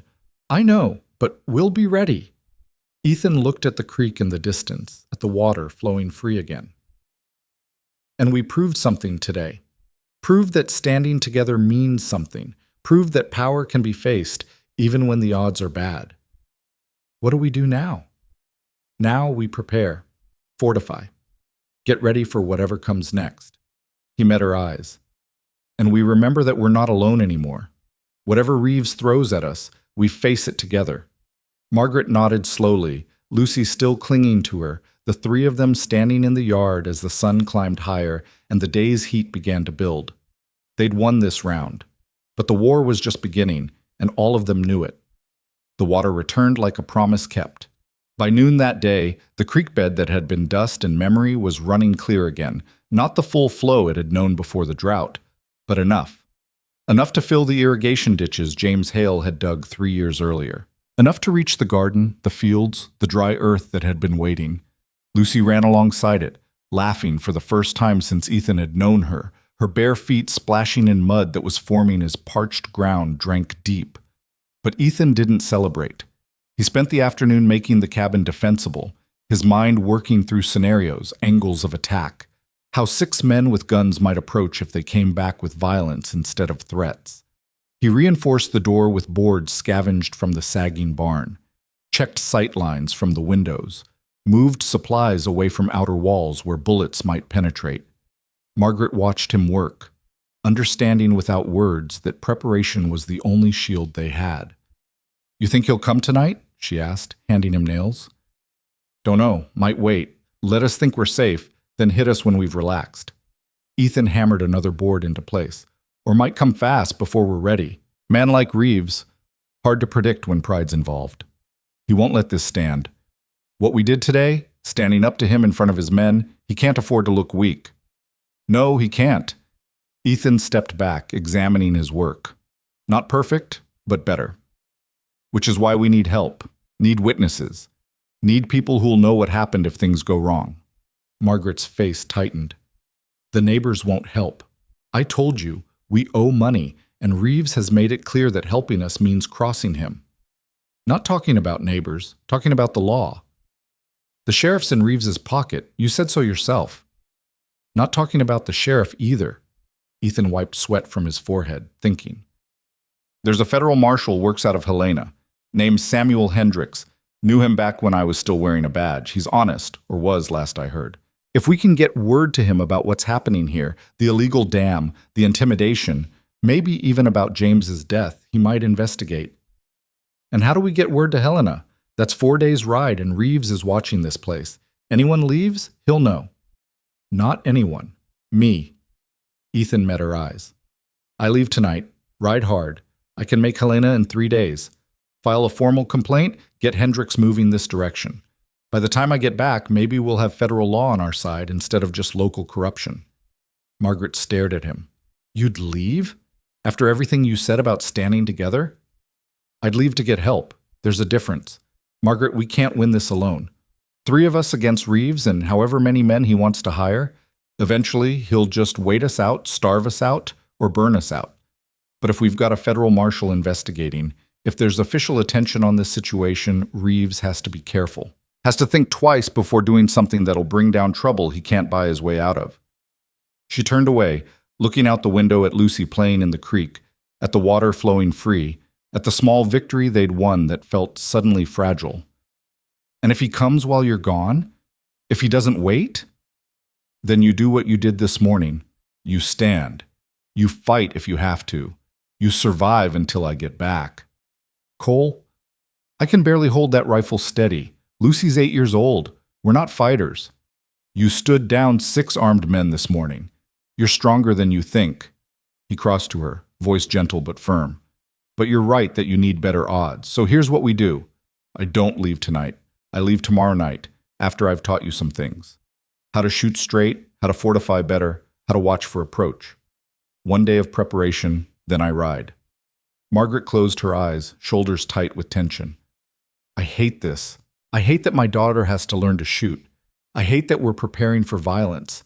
I hate that doing something as simple as reclaiming our own water means living in fear. I know, but hating it don't change it. And right now, preparation's the best protection you've got. She nodded slowly, opened her eyes. Then teach me. Teach us both. Make sure we can defend this place if we have to. The rest of that day and all the next, Ethan worked. He showed Margaret how to load the rifle properly, how to brace against recoil, how to aim for center mass instead of trying for fancy shots. She was a poor marksman at first, flinching at the noise, jerking the trigger. But she learned fast, driven by necessity and the fierce determination of someone who'd already lost too much. Lucy, he taught different things. How to spot riders at distance, how to stay low and quiet, where to hide if men came with bad intentions, the root cellar, barely big enough for a child, with a board that could be pulled over the entrance. He hated teaching a little girl these things, hated the necessity, but he did it anyway because pretending the danger wasn't real would only get them killed. If men come and they're not friendly, he told Lucy, his voice serious, you get to that cellar and you stay there. Don't come out for nothing except your mama's voice. Not mine, not anyone else's. Just hers. Understand? Lucy nodded, pale but focused. What if they hurt Mama? The question hit like a fist. Ethan crouched down to her level. Your mama's tougher than she looks, and she's got the rifle now, knows how to use it. But Lucy, if the worst happens, if things go real bad, you stay hidden until they leave, then you run to Mercy. Find Dr. Brennan. Tell him everything. Can you do that? I can do that. Her voice was small but steady. But you're coming back, right? After you get the marshal? That's the plan. Plans can change. Papa had plans too. Ethan looked at this child who'd learned too young that plans meant nothing against the cruelty of circumstance, that fathers didn't always come home, that promises broke as easily as bones. He wanted to give her certainty, wanted to swear nothing would happen, but lies wouldn't help her survive. Yeah, he said honestly, plans can change, but I'm good at staying alive, and I'm good at coming back when I say I will. So you trust that, all right? Trust that I'm not your papa, and I know what I'm up against. She studied him with those old eyes, then threw her arms around his neck in a sudden fierce hug. I trust you. Just be careful. He patted her back awkwardly, this affection still strange to him, still painful in ways he couldn't name. I will. You be careful too. That evening, after Lucy had gone to bed exhausted from practice and fear, Margaret and Ethan sat at the table with coffee and silence. The lamp burned low. Outside, the creek sang its return song, water over stones, life flowing where there'd been death. I've been thinking, Margaret said finally, about what happens after. If we survive this. If the marshal helps. If Reeves backs down. What then? Then you rebuild. Get the farm running proper. Raise your daughter. Live the life you and James wanted. And you? Where do you go? The question hung between them, weighted with things unspoken. Ethan looked at his coffee, at his scarred hands wrapped around the cup, at everything except her face. Don't know yet. Hadn't thought past getting through this. That's not true. Her voice was quiet but certain. You've been thinking about it. I can see it when you look at Lucy, when you fix things around here. You're thinking about staying. He met her eyes then. Would that be wrong? If I was thinking about it? No, it wouldn't be wrong. She paused, choosing words carefully. Cole, I need to be honest with you about what this is, what it can be. I care about you. You've saved our lives, literally and otherwise. Lucy adores you, and I... She stopped, started again. I'm grateful, so grateful, but I buried my husband 18 months ago, and I'm not ready for... I can't offer you... I'm not asking for anything, Ethan interrupted gently. I know you're still grieving James. I know this is complicated. I ain't expecting romance or promises or anything except maybe a place to be useful, a place to matter. Relief washed across her face. Then if you want to stay, after this is done, there's a place for you here. Not as anything except someone we trust, someone who's family in the ways that count. Family. The word felt foreign in his mouth, sharp-edged, dangerous. Family meant caring. Caring meant vulnerability. Vulnerability meant pain when things went wrong, and things always went wrong eventually. But sitting there in the lamplight in this rough cabin with a woman who'd stood beside him against impossible odds, and a child sleeping peacefully because she finally felt safe, maybe vulnerability was worth the risk. "Yeah," he said. "I'd like that. Being family." Margaret smiled, tired but genuine. "Then come back from Helena. Come back safe, and we'll figure out the rest together." They sat a while longer, not talking, just being present with each other. Then Ethan stood, knowing he needed rest before the long ride ahead. At the door to his storage room, he paused. "Margaret, thank you for trusting me, for standing with me, for, he gestured vaguely, "for all of it. Thank you for stopping," she said softly, "for being the one person who didn't ride past." He nodded and slipped outside. The night was clear, stars thick as spilled salt. Ethan stood breathing the cool air, listening to the creek, feeling the weight of tomorrow's journey settling on his shoulders. 4 days to Helena and back, maybe 5 if he pushed hard. 4 or 5 days when anything could happen, when Reeves could move, when Margaret and Lucy would be alone except for a rifle and whatever courage they could muster. It was a risk, a terrible risk. But staying was a slow death, a siege they'd eventually lose. At least this way they had a chance. At least this way they were fighting instead of just enduring. He slept fitfully that night, dreams full of fire and screaming and arriving too late, always too late. Woke before dawn to find his hands clenched and his jaw aching from grinding his teeth. The old nightmares, never far away, reminding him what failure cost. But he pushed them down, focused on present. Packed light, bedroll, food for the trail, ammunition, canteen. Left most of his supplies for Margaret and Lucy.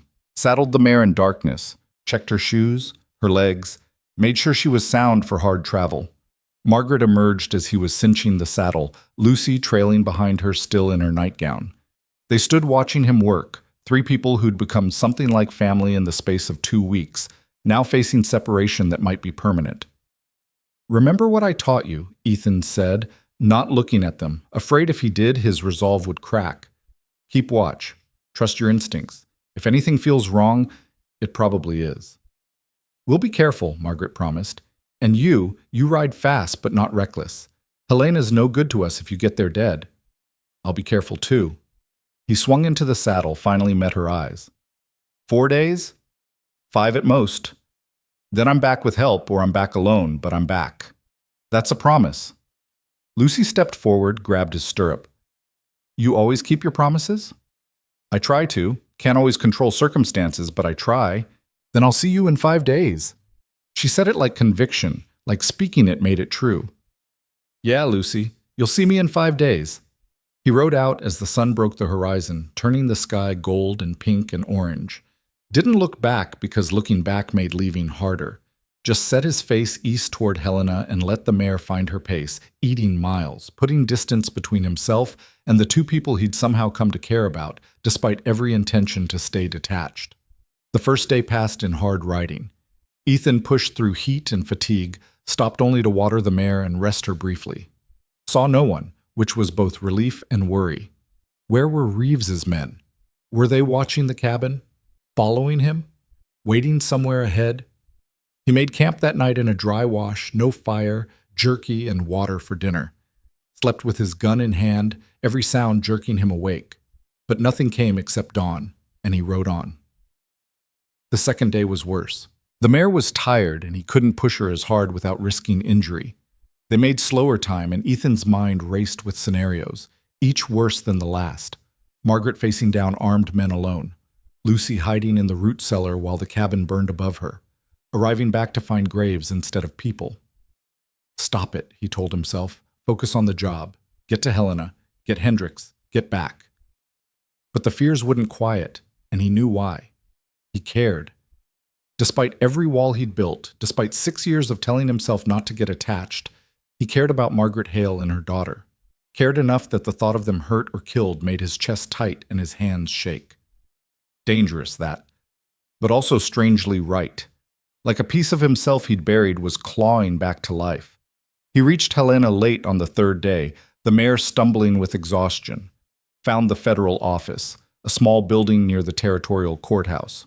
Hammered on the door until a clerk answered, annoyed and suspicious. "Marshal Hendricks," Ethan said.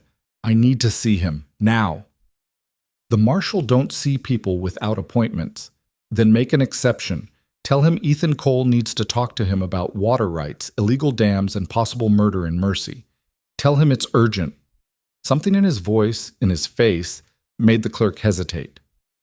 "Wait here." 10 minutes later, Ethan stood in a spare office facing a man he hadn't seen in 7 years. Samuel Hendricks had aged, more gray in his hair, deeper lines around his eyes, but the sharp intelligence was the same, and the integrity that had made him one of the few lawmen Ethan had ever trusted completely. "Cole." Hendricks stood, hand extended. "Heard you'd left Wyoming. Heard you'd quit the law." "I did. Both." Ethan shook his hand briefly. "But I need your help. People I care about are in danger, and local law won't touch it because the man threatening them owns the sheriff." "Sit. Tell me everything." Ethan did. Every detail. Lucy collapsing at his feet, Margaret's fever, the dam, Reeves's threats, the confrontation, James Hale's convenient death.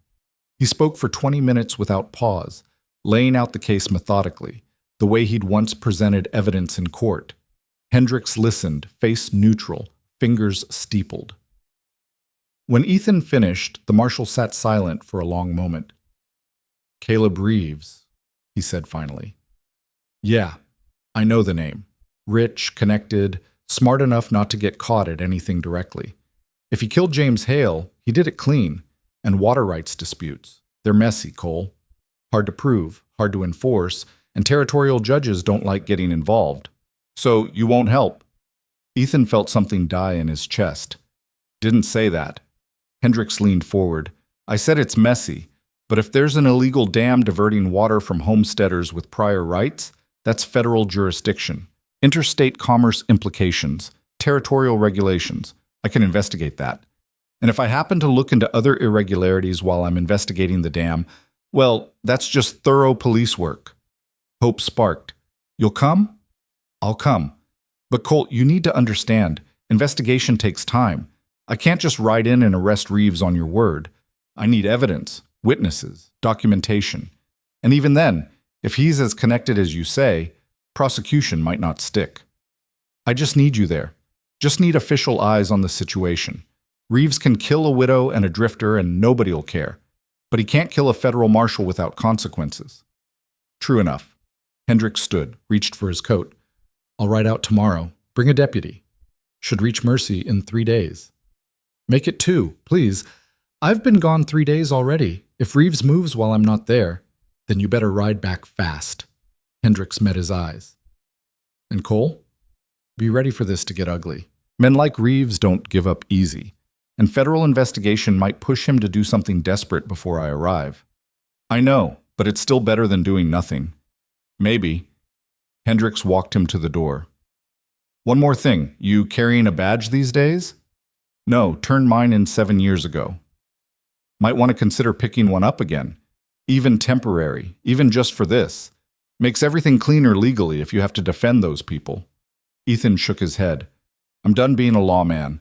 I'm just someone helping folks who need help." "Sometimes that's the same thing. Sometimes, not always." They parted with an agreement. Hendricks would ride out at dawn, would reach Mercy in 2 days, would investigate thoroughly. It was the best Ethan could hope for. Now he just had to get back before everything fell apart. He left Helena before midnight, knowing the mare needed rest but unable to wait. Pushed through darkness and exhaustion, following the trail by moonlight and memory. Made terrible time but couldn't stop, couldn't rest, couldn't quiet the voice in his head screaming that he was already too late. Dawn of the 4th day found him still 30 miles from Mercy, the mare nearly spent. He walked her through the worst heat, rode when he could, bargained with the universe for just a little more time. As the sun set, he could see the landmarks he recognized, the ridge lines that meant he was close. Full dark when he finally approached the Hale property, every muscle screaming, his mind numb with fatigue and dread. He smelled smoke before he saw anything, and his heart stopped. The cabin came into view, and relief hit him like a fist. Not burning, still standing. The smoke was from the stovepipe, just cooking fire, just normal life. Lamplight in the window, no sign of violence, destruction, death. Ethan nearly fell from the saddle, legs barely supporting him. Staggered to the door, raised a hand to knock, and it flew open before he could. Lucy stood there, took one look at him, and screamed, "Mama! Mama! He's back! Cole came back!" Then Margaret was there, taking in his condition, barely standing, covered in trail dust, swaying with exhaustion. She grabbed his arm, pulled him inside. 4 days, she said, voice shaking. You said 4 or 5. It's only been 4. You must have ridden yourself nearly to death. Had to get back. Had to make sure.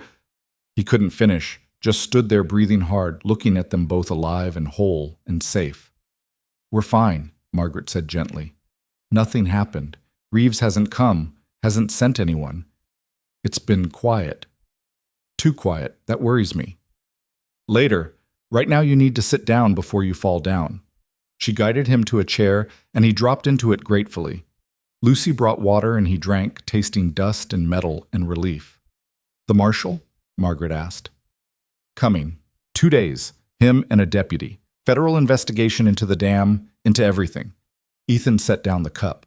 But Margaret, Hendricks was right. Reeves might move before they arrive, might try to end this quick before federal law gets involved. Then we'll be ready. She said it calmly, like stating fact. You taught us how. And now you're back. Whatever comes, we face it together, like you said. Lucy climbed into his lap, unasked, and wrapped thin arms around his neck. You kept your promise. You came back.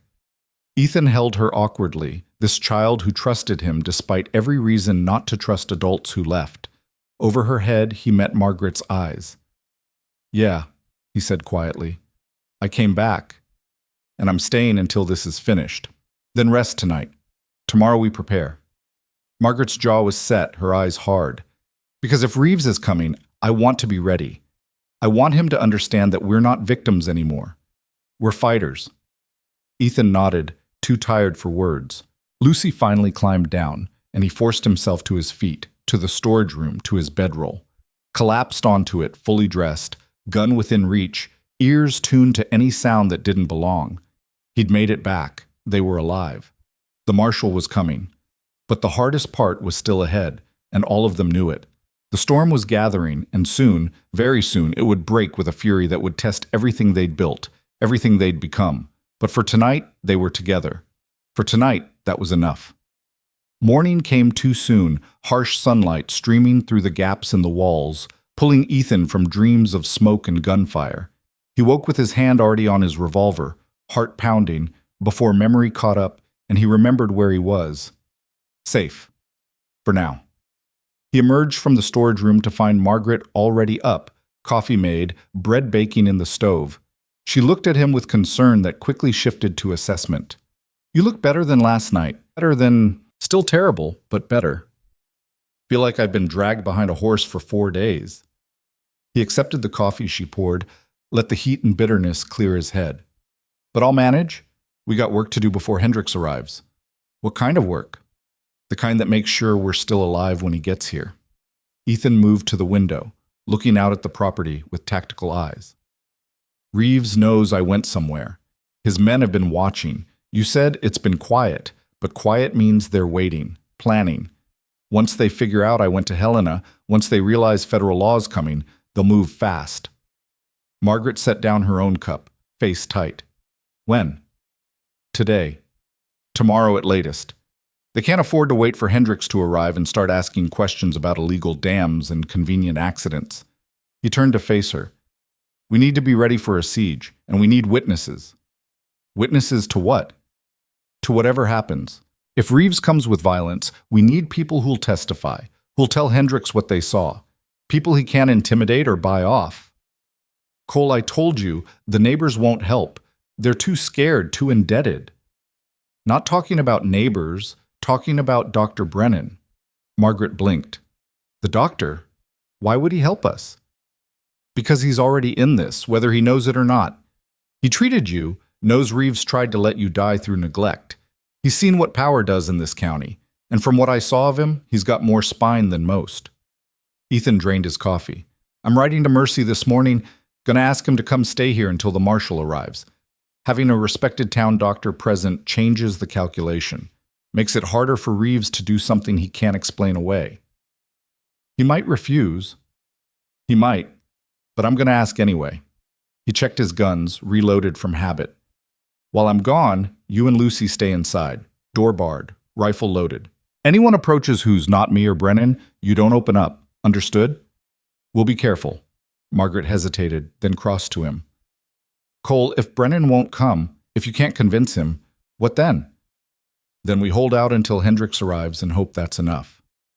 He met her eyes, saw the fear she was trying to hide, the weight of responsibility she carried for Lucy. But we're going to be fine, Margaret. We've come too far to fail now. She nodded, not quite convinced, but trusting him anyway. Then go, and come back quick. The ride to Mercy took an hour, Ethan pushing the mare harder than he should have, but unable to help it. Every minute away from the cabin was a minute Margaret and Lucy were vulnerable. He kept expecting to see riders, to round a bend and find Reeves's men waiting, but the trail stayed empty. Town was busy with mid-morning commerce, people going about their lives unaware or uncaring that a few miles away, violence was gathering like a storm. Ethan found Brennan's house and dismounted, knocked hard. The doctor's wife answered, recognition and disapproval warring on her face. Mr. Cole, what do you want? Need to speak to your husband. It's urgent. Dr. Brennan is with a patient. Then I'll wait. Ethan pushed past her, not rudely, but firmly, into the front parlor. But I ain't leaving until I talk to him. She made a sound of protest, but didn't try to stop him.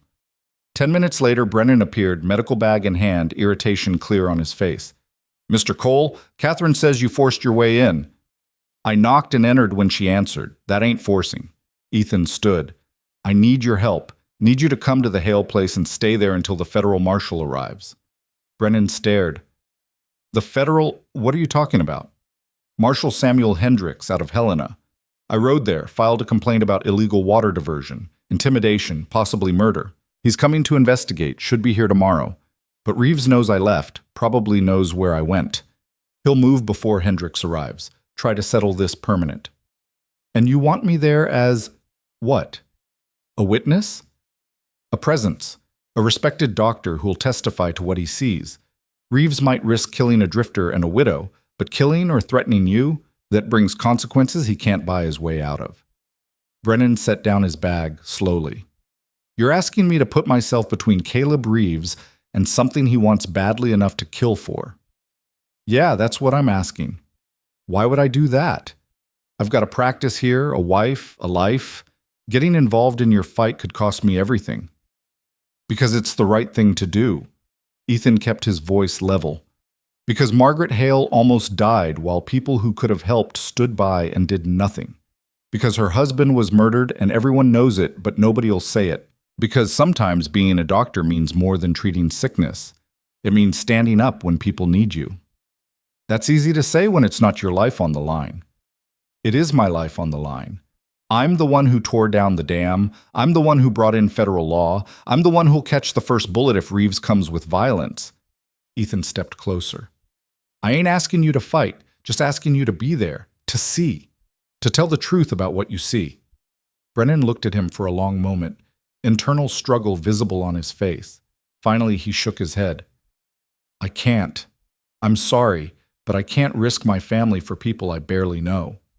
Disappointment sat heavy in Ethan's chest, but he nodded. All right. I understand. Just, when Hendricks gets here, if things have gone bad, you tell him the truth. Tell him I asked for help and couldn't get it. Tell him Reeves owns this whole county. He turned to leave. Got 3 steps before Brennan's voice stopped him. Wait.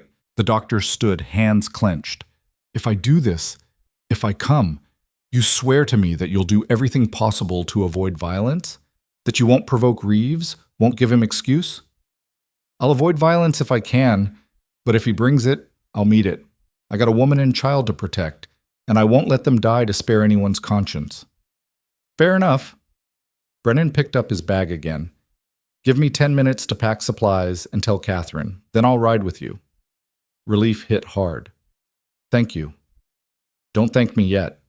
This might be the stupidest decision I've ever made.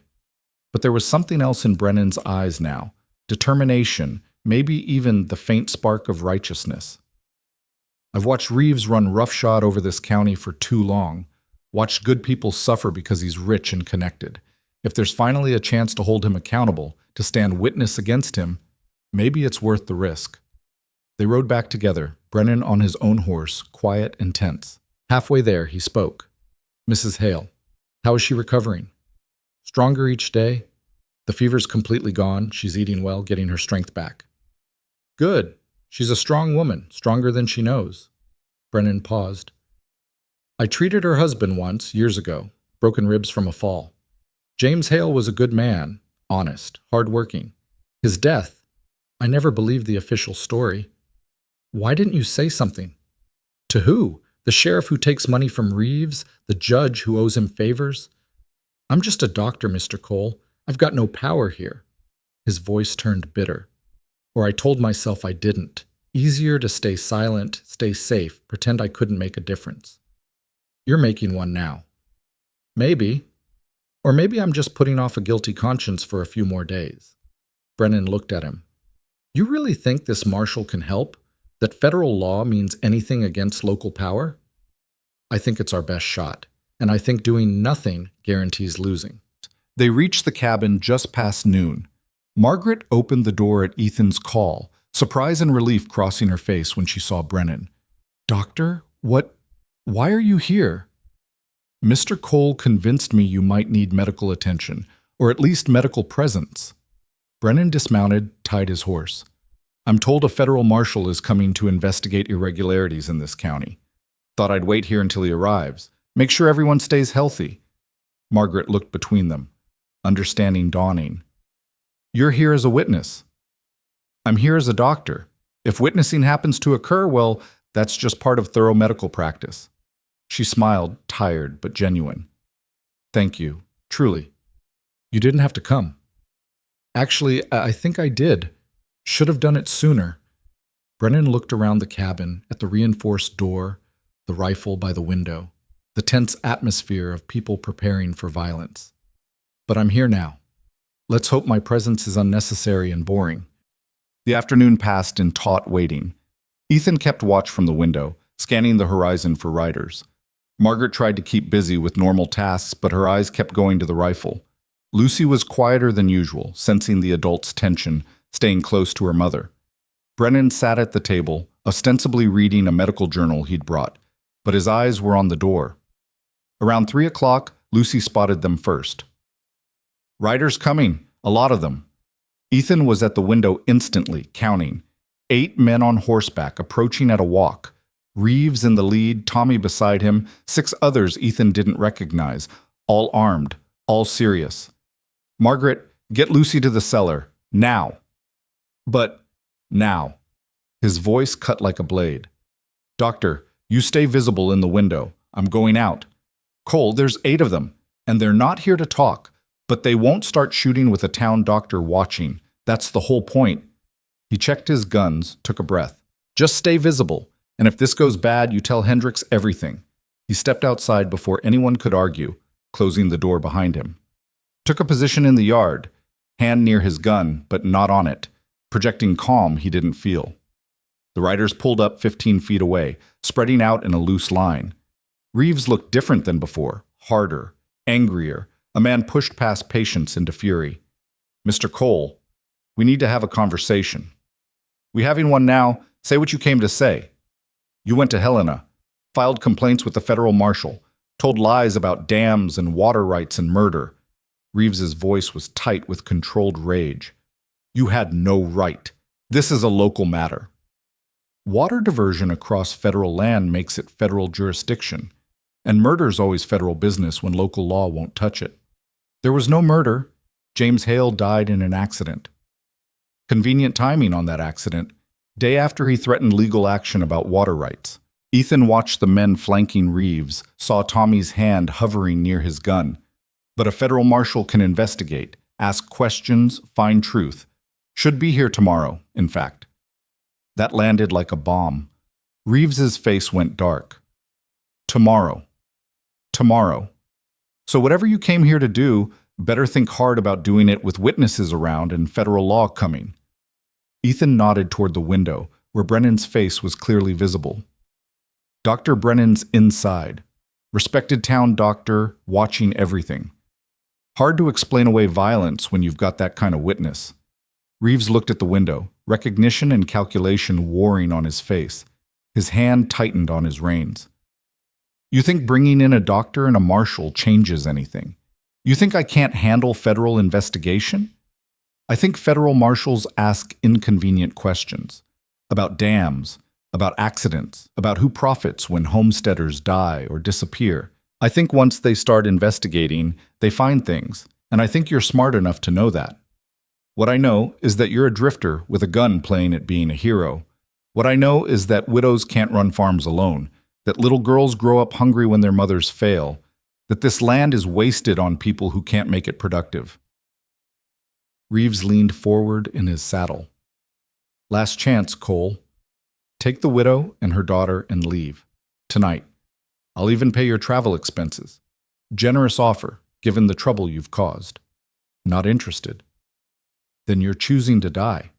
And when you're dead, when there's no one to protect them, Mrs. Hale will sell. She'll have no choice. Ethan felt ice settle in his stomach, the cold clarity that came before violence.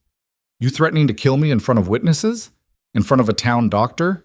That's bold, even for you. Accidents happen, Mr. Cole. You should know that. James Hale certainly learned. Reeves straightened. You've got until sundown to leave. After that, I can't guarantee your safety. Montana's a dangerous place. Wild animals, cliff edges, all sorts of tragic possibilities. Sundown's 3 hours away. Marshal Hendricks will be here in less than 24. Math don't work in your favor, Reeves. We'll see about that. Reeves pulled his reins, preparing to leave. Boys, make sure Mr. Cole understands the gravity of his situation. Tommy grinned, scarred face twisting. Be our pleasure, boss. One more thing. Ethan's voice stopped them. You come back here with violence, you better be ready to finish it.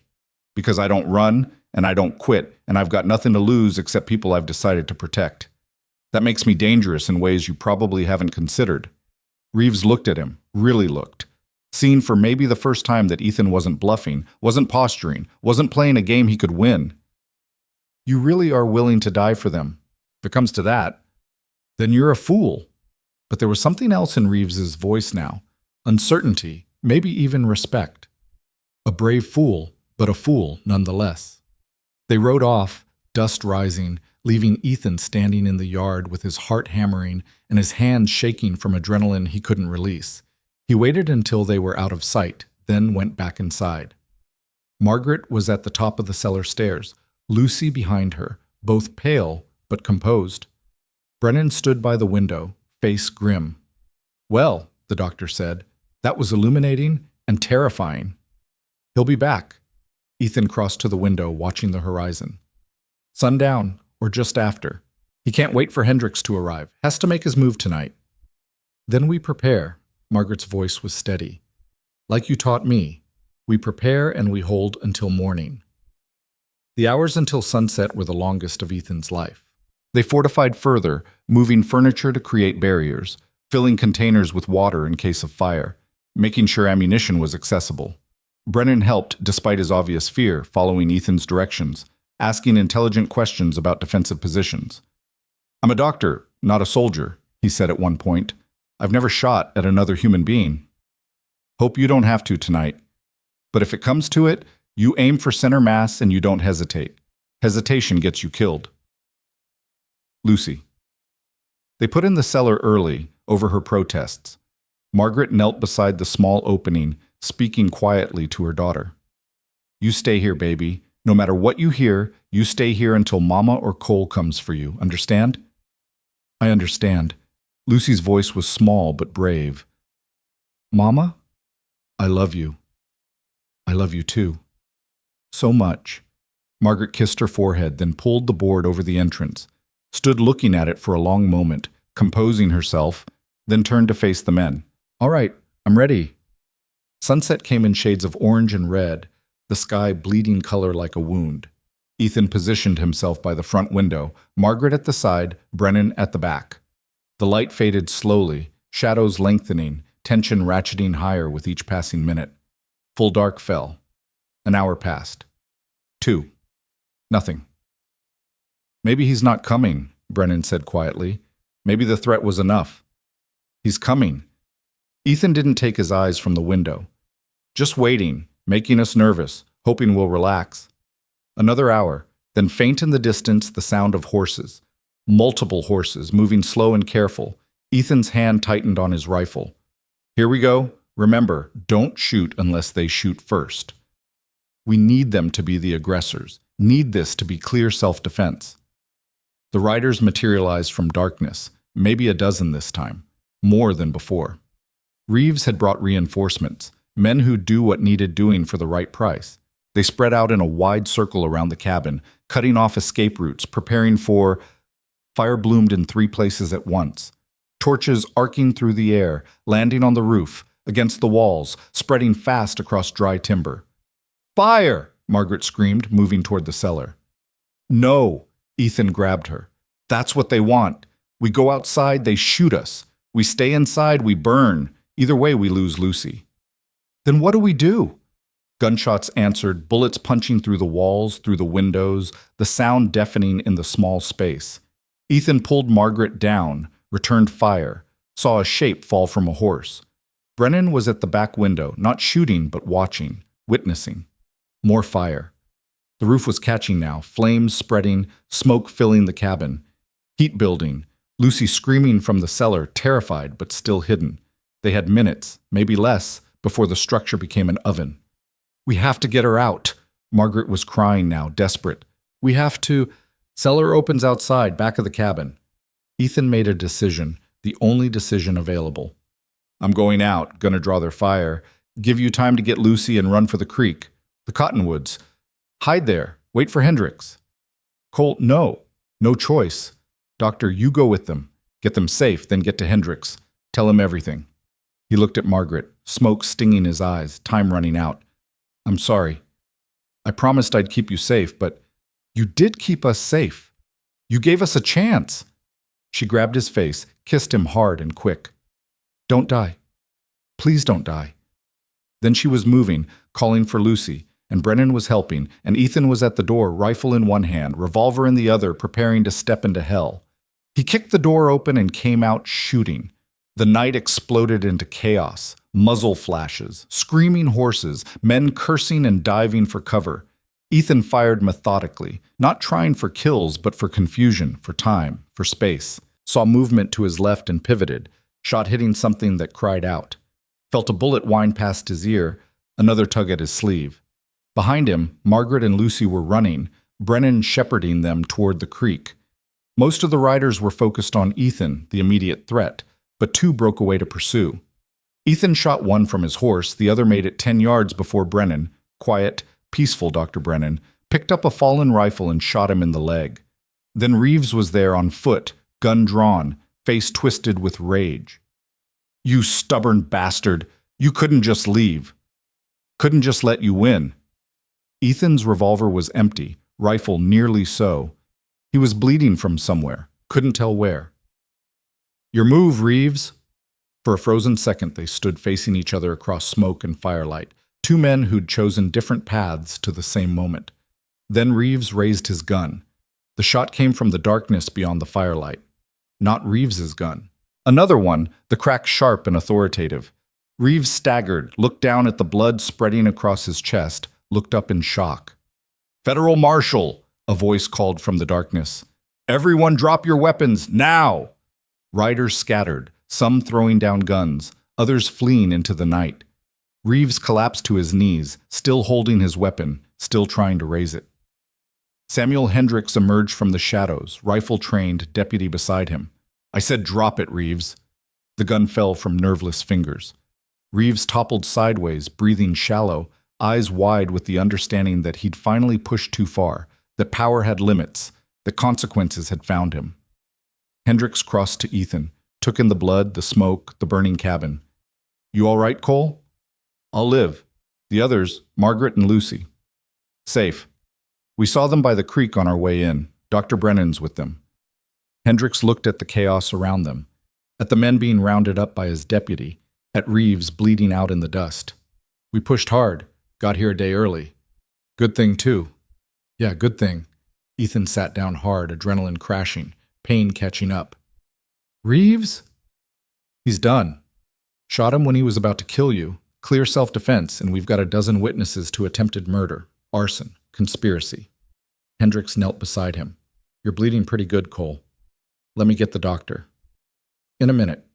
First I need to see them. Need to know they're really safe. Hendricks helped him up, supported him to the creek where Margaret and Lucy huddled under the cottonwoods, Brennan standing guard. When Lucy saw Ethan, she broke away from her mother and ran, hitting him so hard he nearly fell. You're alive! You're alive! Yeah, Lucy, I'm alive. He held her carefully, aware of his wounds, of her fragility, of how close this had come to ending differently. Over her head, he met Margaret's eyes. She was crying, silent tears streaming down her face, but smiling too. You kept your promise. You came back. Always, he said. I'll always come back. The next hours were a blur.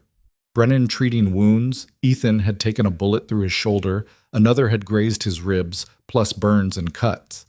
Hendricks taking statements, arresting men, establishing federal authority. The cabin burning itself out, becoming a smoking ruin. Reeves died just before dawn, bleeding out despite Brennan's efforts. His last words were curses and threats, empty and impotent. Tommy and 4 others were arrested for attempted murder. The rest scattered, but Hendricks had their names, their descriptions. They'd be found. As the sun rose, painting the sky gold, Ethan sat with Margaret and Lucy under the cottonwoods, watching smoke rise from what had been their home. Lucy was asleep in her mother's lap, exhausted. Margaret leaned against Ethan's uninjured side. The cabin's gone, she said quietly. Everything we had. We'll rebuild. Better this time, stronger. He was so tired he could barely form words. And we'll do it legal, proper, with federal backing. Hendricks says he'll make sure your water rights are enforced, that nobody bothers you again. What about you? Where will you go?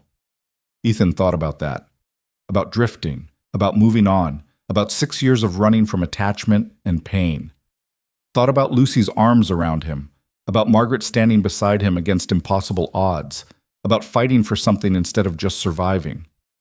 Thought I might stay, he said, if that's still all right with you. Margaret turned to look at him, searching his face. Just to help rebuild? To rebuild. To work the land. To be... He struggled for words. To be part of something. Part of a family. If you'll have me. Cole, I told you, I'm not ready for romance, for a husband. James is still... I know, I ain't asking for that. I'm asking to stay. To help raise Lucy, work the farm, be someone you can count on. Whatever that looks like, however long it takes. He met her eyes. I'm done drifting, Margaret. I'm done running. This place, you and Lucy, you're worth staying for, worth fighting for. That's enough. She studied him for a long moment, then nodded slowly. Then stay. Be part of our family. We'll figure out the rest as we go. Lucy stirred, opened sleepy eyes. Saw them sitting together, saw the ruins of the cabin, saw the new day dawning. What happens now? Now we rebuild, Margaret said, stroking her daughter's hair. We start over. We make something better. And Cole stays? Cole stays. Lucy smiled, closed her eyes again, settled back into sleep. Ethan sat watching the sunrise, feeling Margaret's warmth beside him, hearing Lucy's peaceful breathing. His shoulder throbbed, his ribs ached, his whole body felt like one giant bruise, but underneath the pain was something else, something he hadn't felt in 6 years. Purpose, belonging, home. The road had been long and hard, had started with a girl collapsing in the dust, begging a stranger not to ride away, had led through fever and dams and confrontation and fire, had cost blood and pain and nearly cost lives. But it had brought him here, to this moment, sitting under cottonwoods with people who'd become family, watching a new day begin. Ethan Cole had spent 6 years drifting, running from grief, from failure, from the memory of arriving too late. But sometimes the right place to stop found you when you least expected it. Sometimes redemption wasn't about fixing the past, but about choosing to matter in the present.